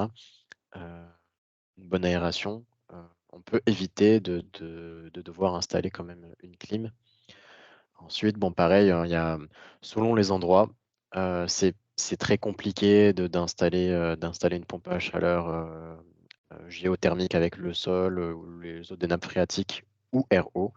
Donc, vous pouvez quand même, ben, si vraiment il y a trop de contraintes, la pompe à chaleur RR peut être une solution, mais bon, c'est une solution parmi tant d'autres. À voir donc les autres systèmes de chauffage qui peuvent vous être proposés aussi. Pour en venir aussi au COP, on va aller un peu plus dans les détails. Donc là, ci-dessous, c'est un tableau qui explique un peu donc, par rapport aux températures euh, de sortie et en température extérieure, la performance un peu possible qu'on peut retrouver dans les pompes à chaleur. Donc, comme je le dis, c'est des pompes à chaleur, donc c'est très technologique et il y en a, c'est vraiment des bijoux de technologie. On arrive aujourd'hui à avoir des pompes à chaleur qui sont assez performantes, avec un COP important, avec un débit aussi sonore, donc de décibels vraiment faible. Donc ça, c'est sur le papier, c'est super. Là où je vous disais un peu les tests, ben, pareil, hein, dans le meilleur des cas, par rapport au COP, admettons que vous avez une pompe à chaleur qui indique un COP. Souvent, voilà, ce qui est quand même calculé dans notre région, enfin, en Europe, c'est avec une température de -7, euh, le, le COP que peut atteindre la pompe à chaleur. Donc là, dans le tableur, on voit que pour une température de 7 degrés, on peut arriver quand même à trouver, enfin avoir une performance assez correcte. On voit un COP de 4,3 pour une basse température. Pour une haute température, donc à 60 degrés, ben, on a quand même un COP moins élevé, mais bon, 2,3, c'est quand même, voilà, ça se discute, c'est bien. Quand la température descend, donc là, plus elle descend à 2 degrés, -7 pour -15, on n'arrive pas à -15 dans notre région, mais 2 ou -7, on peut quand même envisager que ça arrive. On voit que le COP baisse. Donc, pour une pompe à chaleur basse température, pour une moyenne qui a une température de sortie à 51 degrés ou 60 degrés, on voit quand même que là, le COP euh, peine à obtenir ne serait-ce que 2 fois plus d'énergie produite pour une fois d'énergie consommée. Donc, voilà un peu des choses à retenir sur la pompe à chaleur et cette notion de COP. Donc, puis voilà, un peu à quoi ressemble une pompe à chaleur. Donc, il faut prendre en compte aussi, par rapport au bruit, qu'elle soit bien protégée, qu'elle soit posée sur des coussins, on va dire, qui vont résister un peu à la vibration, qui vont permettre que ça vibre moins. Les tuyaux aussi, les raccordements entre le module extérieur et intérieur, à faire en sorte, enfin, faire attention aussi à ce qu'il soit protégé. On reparle un peu de calorifugage, donc pour éviter les déperditions. Et donc voilà, pour finir sur la pompe à chaleur, pour résumer les points d'intention, donc les coûts de fonctionnement, parce qu'il faut aussi l'entretenir, ça fait du bruit. Il faut aussi donc éviter d'installer une pompe à chaleur surdimensionnée. Il faut vérifier aussi la compatibilité avec les émetteurs. Donc, les pompes à chaleur peuvent s'installer avec des émetteurs, des vieux émetteurs en fonte, pardon, les radiateurs en fonte, mais c'est quand même plus, enfin c'est recommandé, surtout pour des pompes à chaleur à basse température ou moyenne température, de changer les émetteurs. Donc de passer pour des systèmes, vraiment à basse température, donc chauffage au sol ou des radiateurs, vraiment un peu plus modernes et adaptés. Pour en revenir un peu, voilà, les différents types de pompes à chaleur, donc captage géothermique, donc horizontal ou vertical. Mais ça, pareil, ça nécessite des systèmes d'émetteurs à basse température. Ensuite, je vois qu'on arrive à la fin. Je vais un peu passer quand même sur les solutions de chauffage au bois. Donc, vous avez aussi le poêle à granulés, enfin chaudière granulée ou poêle, bûche ou granulé ou mixte. Donc, ce sont aussi des solutions pertinentes de chauffage. Donc, on le voit là, tout ce qui est chaudière, bois ou granulé, ben, pour la chaudière granulée, ça nécessite un silo, donc ça nécessite de l'espace. Euh, voilà un peu donc pour les points d'attention.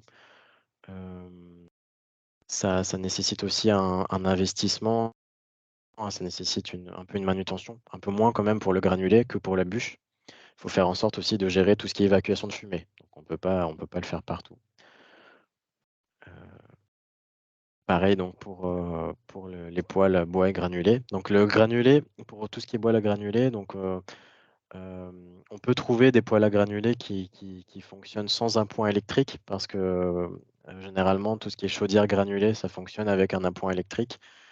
Enfin, quand je dis appoint, ça fonctionne avec de l'électricité. Donc si vous êtes dans des régions qui sont souvent sujets à des coupures de courant, euh, et ben, sachez que ben, le poêle à granulés peut fonctionner aussi sans courant, enfin sans électricité. Donc ça peut être des options de chauffage d'appoint. Euh, il fonctionne aussi ben, soit pour éviter de consommer d'électricité dans les périodes où ça coûte peut-être trop chaud, trop cher, ou il y a des coupures. Et puis ben, niveau chaleur aussi, ça produit quand même une chaleur assez agréable. Et donc, les solutions de mix énergétique est assez important aussi, assez intéressant, parce que la pompe à chaleur, elle va, comme je vous ai dit, elle va fonctionner avec un appoint électrique. Et donc, ça peut être aussi, vous pouvez fonctionner avec un autre système de relève. Donc, vous pouvez moins être dépendant de la pompe à chaleur quand il fait trop froid et faire fonctionner votre chauffage d'appoint, ou avoir un chauffage hybridisé, donc avoir un système de chauffage hybride, ça veut dire pompe à chaleur et autres. Donc ça peut être une chaudière gaz que vous avez gardée, ça peut être même si vous êtes au fuel, vous avez un bon système et que vous voulez le garder, vous pouvez aussi l'hybridiser en relève avec votre pompe à chaleur. Voilà, il y a vraiment, quand on veut, on peut vraiment trouver tout plein de solutions qui s'adaptent à nos besoins et aussi aux besoins de la maison. Donc, voilà un peu pour les différents types aussi de radiateurs, donc convecteurs, panneaux rayonnants, à inertie ou accumulation. Donc les radiateurs électriques aussi, c'est une solution. Quand on a une maison bien isolée et des radiateurs performants, c'est une solution. Et justement, en plus, on peut aller au-delà de ça avec un thermostat programmable. Donc, choisir aussi de contrôler la température ambiante dans la pièce où on est le plus, de contrôler un peu aussi les températures en fonction de ses besoins. Ben, ça permet aussi d'être au plus proche de sa consommation, de faire des économies. C'est un des éco-gestes en gros. Voilà. Donc ça fait de réguler un peu de tout ce qu'on peut chauffer. Par rapport maintenant à l'eau chaude sanitaire, donc on peut soit trouver des pompes à chaleur qui font eau chaude sanitaire, ou ce qu'on appelle le chauffe-eau thermodynamique. Donc le chauffe-eau thermodynamique, c'est le même principe qu'une pompe à chaleur, qu'elle va faire juste l'eau chaude sanitaire. Ça représente donc un plus petit module extérieur et puis un module donc intérieur qui va faire le stockage et tout le système aussi donc de chauffage. Ensuite, autre chose intéressante pour le chauffe-eau solaire, c'est le solaire thermique. Donc, l'eau chaude, enfin, le système de chauffe-eau solaire thermique individuel, c'est aussi une solution quand on a une toiture qui est bien orientée. Hem, c'est vraiment, ben, les gens que je vois ou que je connais qui ont installé ça, honnêtement, même moi, je connais une famille de 4 personnes qui sont en Bretagne Nord, où il y a donc pas beaucoup de soleil. Ils sont quand même, très contents de leur eau chaude sanitaire, solaire. Bon, ils fonctionnent presque pas avec un système d'appoint, enfin, ils fonctionnent presque pas avec un appoint, mais c'est quand même nécessaire de le connecter avec un système, d'eau chaude, sanitaire d'appoint. Et donc pour aller plus loin dans toutes ces questions techniques, vous pouvez, ben, prendre rendez-vous, hein, avec nous. Vous pouvez on va répondre un peu à quelques questions déjà, mais vous pouvez, n'hésitez pas à soit prendre rendez-vous avec nous, soit essayer de nous joindre, nous appeler pour aller, voilà, aller un peu plus loin dans ces questions techniques, de votre projet de rénovation. Donc, pour toutes les questions, et à la fois, il y aura donc, l'espace conseil France Rénov' sur votre territoire, mais vous pouvez aussi vous faire accompagner, d'autres personnes. Donc, je vous redonnerai, de toute façon, notre numéro, je vous remettrai cette page, à la fin. Mais voilà, on est joignable par téléphone. On est joignable donc du lundi au vendredi. On a aussi des créneaux de permanence, donc on a des rendez-vous. On peut relire vos devis, on peut vous accompagner sur tous les aspects techniques et financiers de votre projet. On est joignable aussi par mail, puis vous pouvez aussi voir sur notre site internet pour voir un peu toutes les informations, tout ce qu'on propose, toutes les animations. Donc, nous, ce qu'on va vous dire aussi par rapport au devis, c'est, c'est aussi donc, voilà, je vois aussi pas mal de choses passer sur le chat par rapport à la recherche à la recherche de professionnels qualifiés. Ça prend du temps, donc, je vous ai mis un peu, hem, ce qu'on trouve beaucoup. Donc, des personnes qui vont vous mettre la pression pour signer les choses le jour même, des offres trop attrayantes, de l'isolation à 1 €. Donc ça n'existe plus, l'isolation à 1 €. Hem donc, il y a beaucoup voilà, de fraude un peu qui se passe autour de ce métier, mais il y a quand même des artisans compétents. Faut pas, faut pas non plus, être défaitiste. Nous, au vu des nombres de rénovations qu'on voit, il y a quand même, beaucoup d'artisans très compétents. Les gens sont quand même contents au final d'avoir pris le temps de bien, trouver. Donc il y a plein d'outils disponibles sur, par France Service, par France Rénov' et par nous, pour vous aider un peu à quand même à y voir plus clair, à voir un peu, à prendre le temps pour retrouver ce professionnel, enfin ces professionnels, qualifiés, et de vérifier nous derrière en étudiant vos devis.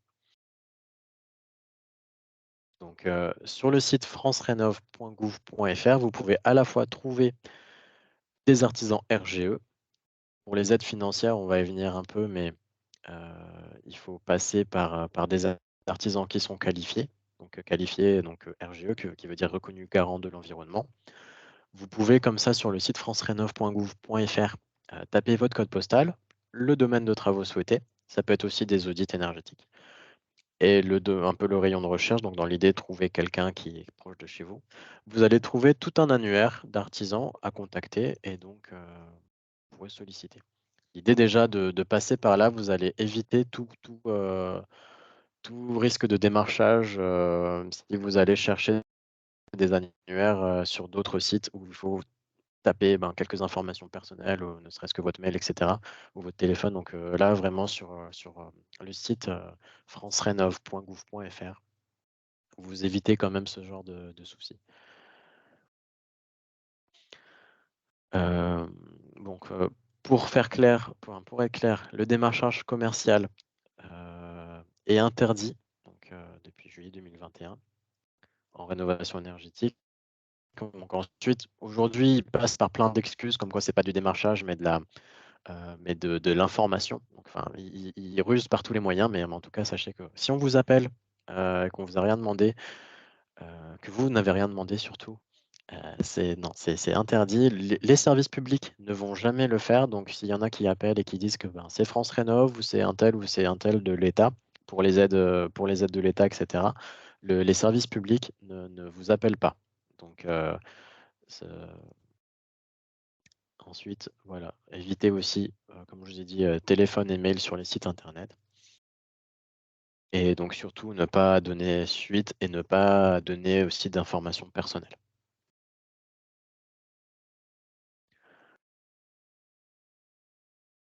Donc nous, ce qu'on recommande, en amont d'éventuelles études ensemble de vos devis, c'est déjà vous de voir au moins 3 devis, à différentes entreprises pour avoir matière à comparer. Ensuite nous, on peut voir ça avec vous et puis, ben, n'hésitez pas à demander des attestations d'assurance, vérifier aussi les certifications RGE qui sont temporaires, donc voir jusqu'à quand ils sont éligibles et certifiés. Vérifier leur certification aussi, si ça correspond aux travaux que vous voulez faire. Hem, voilà, ensuite, sachez que vous avez des délais de rétractation de 14 jours après signature de devis, si jamais il y a un souci. Hem, il faut quand même que l'entreprise se déplace, donc si l'entreprise, vous recommande et vous force la main même sur quelque chose sans même vous avoir, avoir pris la peine de se déplacer, de voir vraiment votre maison, faire une étude un peu technique, même à vue de nez, ne donnez pas suite et tout ce qui est aussi signe, voilà, s'ils sont insistants et ils sont agressifs, ben, vraiment, ben, vous pouvez raccrocher, directement, pas perdre de temps. Alors maintenant, je vais vous partager aussi d'autres structures qui peuvent vous accompagner par rapport à vos projets. Donc, pour tout ce qui est question liée à l'architecture, voilà, vous pouvez noter donc, c'est le CAUE, Conseil d'architecture, d'urbanisme, et de l'environnement. Donc, en cas de refus de votre projet pour des raisons architecturales, pour, des conseils architecturaux, pour des projets assez atypiques ou, du bâti ancien aussi. Pour tout ce qui est lié au juridique, donc c'est l'ADIL, l'Agence départementale d'information sur le logement des Yvelines. Donc voici, hein, leur numéro, donc vous pourrez voir pour ça, pour tous les aspects juridiques, financiers et fiscaux dans le logement.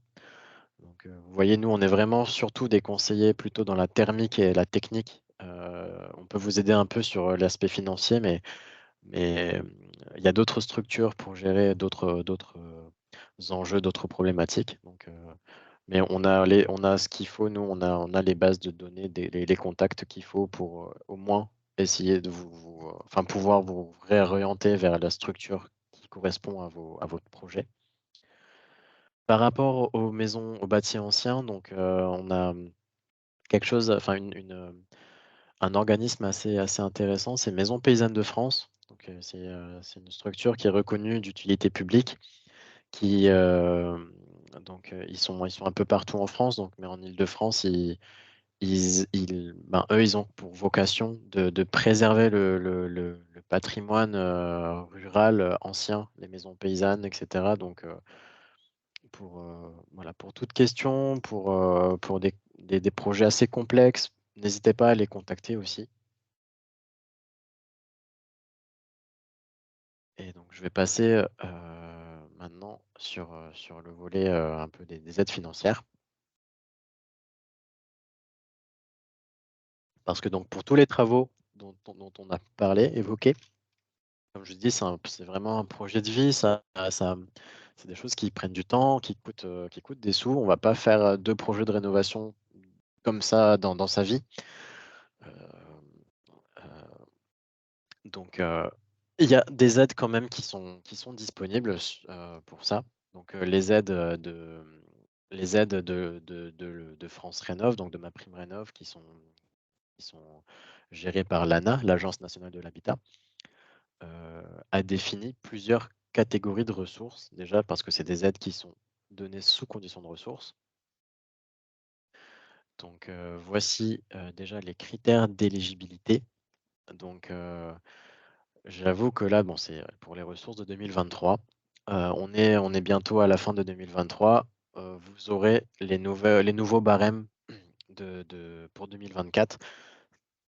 Sachez que tous les ans, il y a une réévaluation un peu quand même de ces barèmes, donc pour chaque tranche de revenus.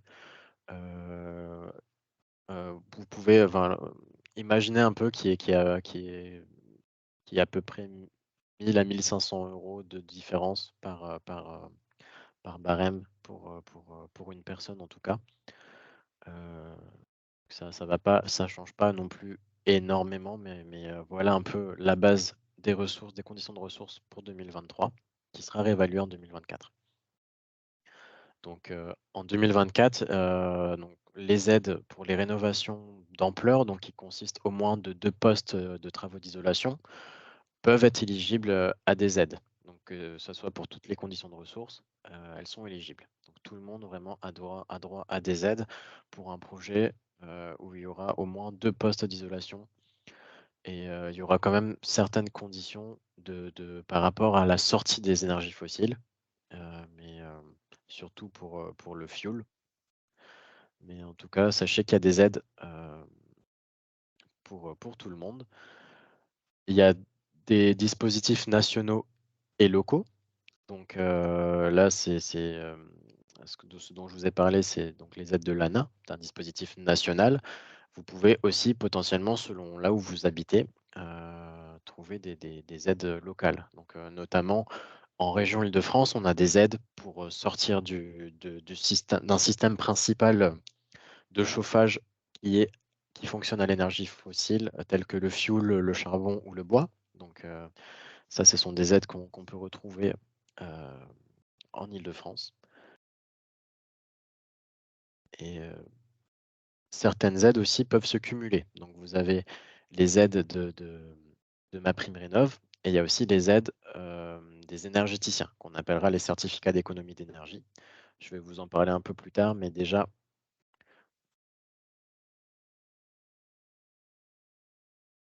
pour les critères pour continuer sur les critères d'éligibilité, Hem, peuvent bénéficier des aides de MaPrimeRénov' et de l'ANA, propriétaires occupants, bailleurs, usufruitiers, titulaires, occupants et bailleurs, d'un droit réel conférant l'usage du bien.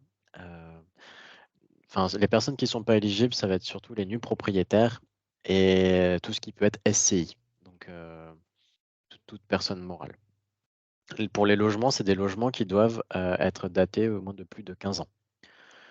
Et donc, logement principal aussi. Donc les aides sont données pour des logements principaux et pas pour des logements secondaires.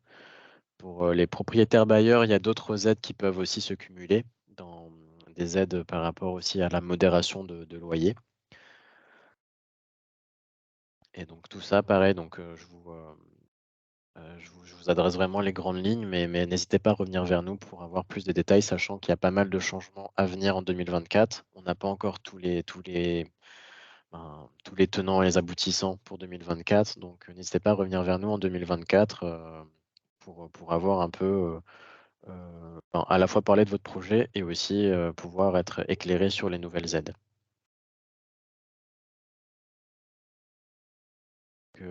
Pareil, aujourd'hui, vous pouvez trouver à la fois des aides euh, pour les rénovations, on va dire, qui représentent un package de travaux ou des aides pour des travaux individuels. Ces travaux individuels sont, on va dire, financièrement moins intéressantes parce que justement, elles, niveau énergétiquement parlant, c'est pas forcément les travaux les plus pertinents et surtout pour la catégorie des ressources supérieures, donc la dernière tranche de ressources, les travaux individuels ne sont pas éligibles aux aides alors que, je maintiens pour les travaux, d'au moins 2 postes d'isolation, pardon. Vous avez des aides, donc enfin toutes tranches de revenus, ont des aides. Et vous voyez un peu comment ça fonctionne, donc le plus, le ménage a des revenus modestes, le plus l'aide va être importante. Et pour vous dire, pour les personnes qui sont les plus modestes, ils peuvent pour un projet de rénovation d'ampleur, ces personnes peuvent avoir vraiment un reste à charge, enfin une prise en charge en tout cas, dans l'ordre de 80 voire 90 pour le cas de sortie de passoire énergétique, avec, vraiment 10 de reste à charge, sur des travaux, même plafonnés à 70 000 € de travaux, il y a une prise en charge, donc c'est la prise en charge maximum. Donc, pour un projet, voilà, d'ampleur, la personne, très modeste va pouvoir avoir, 10 000 € de reste à charge et 60 000 € de pris en charge, maximum par l'État. Quand je dis l'État, c'est aussi les C2E, donc les certificats d'économie d'énergie. Pour vous expliquer un peu le principe, c'est un principe un peu, pollueur-payeur. Donc, les énergéticiens, vendeurs d'énergie aussi, donc quand je dis vendeurs d'énergie, ça peut être, les grandes surfaces, Leroy Merlin, Carrefour, Auchan et cetera, parce qu'eux aussi vendent de l'énergie, ont des activités polluantes, des activités, fossiles et donc, pour compenser, éviter d'être surtaxés, ben, ils sont contraints de montrer patte blanche à certaines, échéances. Donc là, on voit un peu les périodes et objectifs global d'économie d'énergie. La prochaine fin de période est en 2025. Donc en 2025, ils vont devoir, montrer, fournir des certificats d'économie d'énergie et qui vont servir à compenser leur activité, polluante. Donc, gardez en tête, le plus une entreprise va polluer, le plus elle aura tendance à à aller, aider les particuliers à faire des économies d'énergie en leur donnant un peu plus de primes que d'autres. Donc, tout ça pour vous dire que c'est un peu une logique de marché. Chaque structure, heu, qui donne des certificats d'économie d'énergie, hem, vont avoir un montant d'aide différent pour chaque poste de travaux. Mais sachez donc que, en 2024, l'ANA va regrouper les aides de MaPrimeRénov' et les aides des C2E pour faciliter déjà la vie de tout le monde. Elle va donc, quand je vous disais 90 de prise en charge, c'est, c'est donc, ça fait partie donc, dans ces 90, il y a les aides des C2E qui sont donc englobées par l'ANA et il y a les aides de MaPrimeRénov'. Que pour un rappel, donc le certificat d'économie d'énergie, ça peut être pour chaque poste de travaux, qu'on appelle les CEE classiques, où il y a des offres coup de pouce. Le coup de pouce, c'est pour tous travaux de chauffage ou de rénovation performante. Quand vous remplacez votre système de chaudière, à énergie fossile par un système, qui fonctionne aux énergies renouvelables, ça vous donne droit à un coup de pouce. Et donc, ces 2E, par exemple, pour les personnes qui veulent faire un poste de travaux qui sont en ressources supérieures, qui n'ont pas droit aux aides donc de MaPrimeRénov' poste par poste, peuvent quand même bénéficier de CEE classiques et du coup de pouce selon le travaux. Parce que ces CEE, donc les certificats d'économie d'énergie, sont donnés sans condition de ressources. Elles sont certes bonifiées pour les ménages modestes, les très modestes, mais tout le monde y a droit. Ensuite, il y a la question des prêts bancaires. Donc, vous avez droit à un éco-prêt à taux zéro pour votre projet de rénovation énergétique. Et ça, c'est assez important parce que, donc, les aides, elles sont données après travaux. Donc il faut prendre en compte qu'il y a quand même, il y aura quand même un montant à sortir avant de se faire rembourser. Il y aura forcément aussi un reste à charge. Donc, les éco-prêts à taux zéro, ils sont là pour ça. Ils ont été créés donc par l'État, et donc, pour aider aider, heu, et faciliter un peu, les banques à vous donner ces éco-prêts à taux zéro pour votre projet.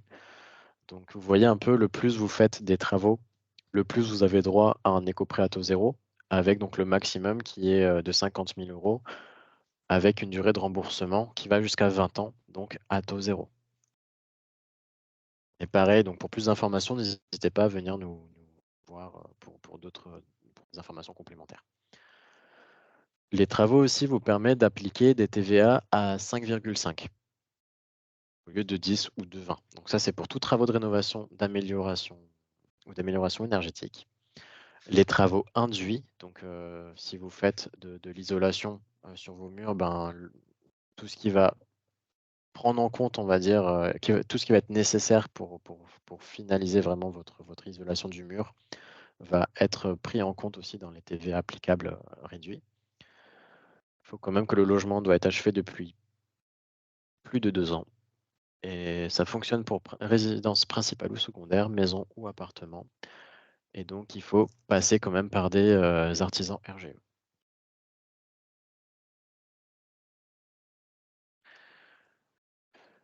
Et pardon.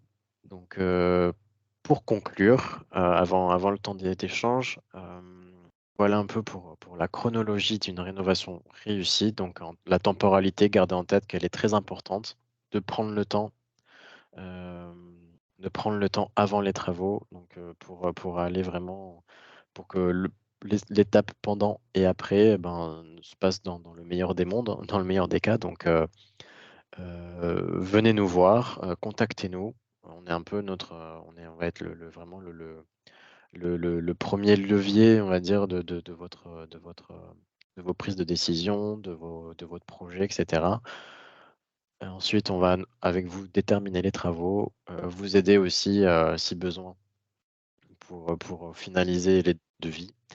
Heu et ensuite, ben, une fois que vous avez tout signé et que vous êtes lancé, ben, on vous laisse un peu, on vous laisse, heu, ben, voilà, parce pour nous, on aura fait notre boulot, mais après on est quand même joignable, on est preneur des retours et puis aussi on reste joignable au cas où, pour d'autres projets ou pour, d'autres questions.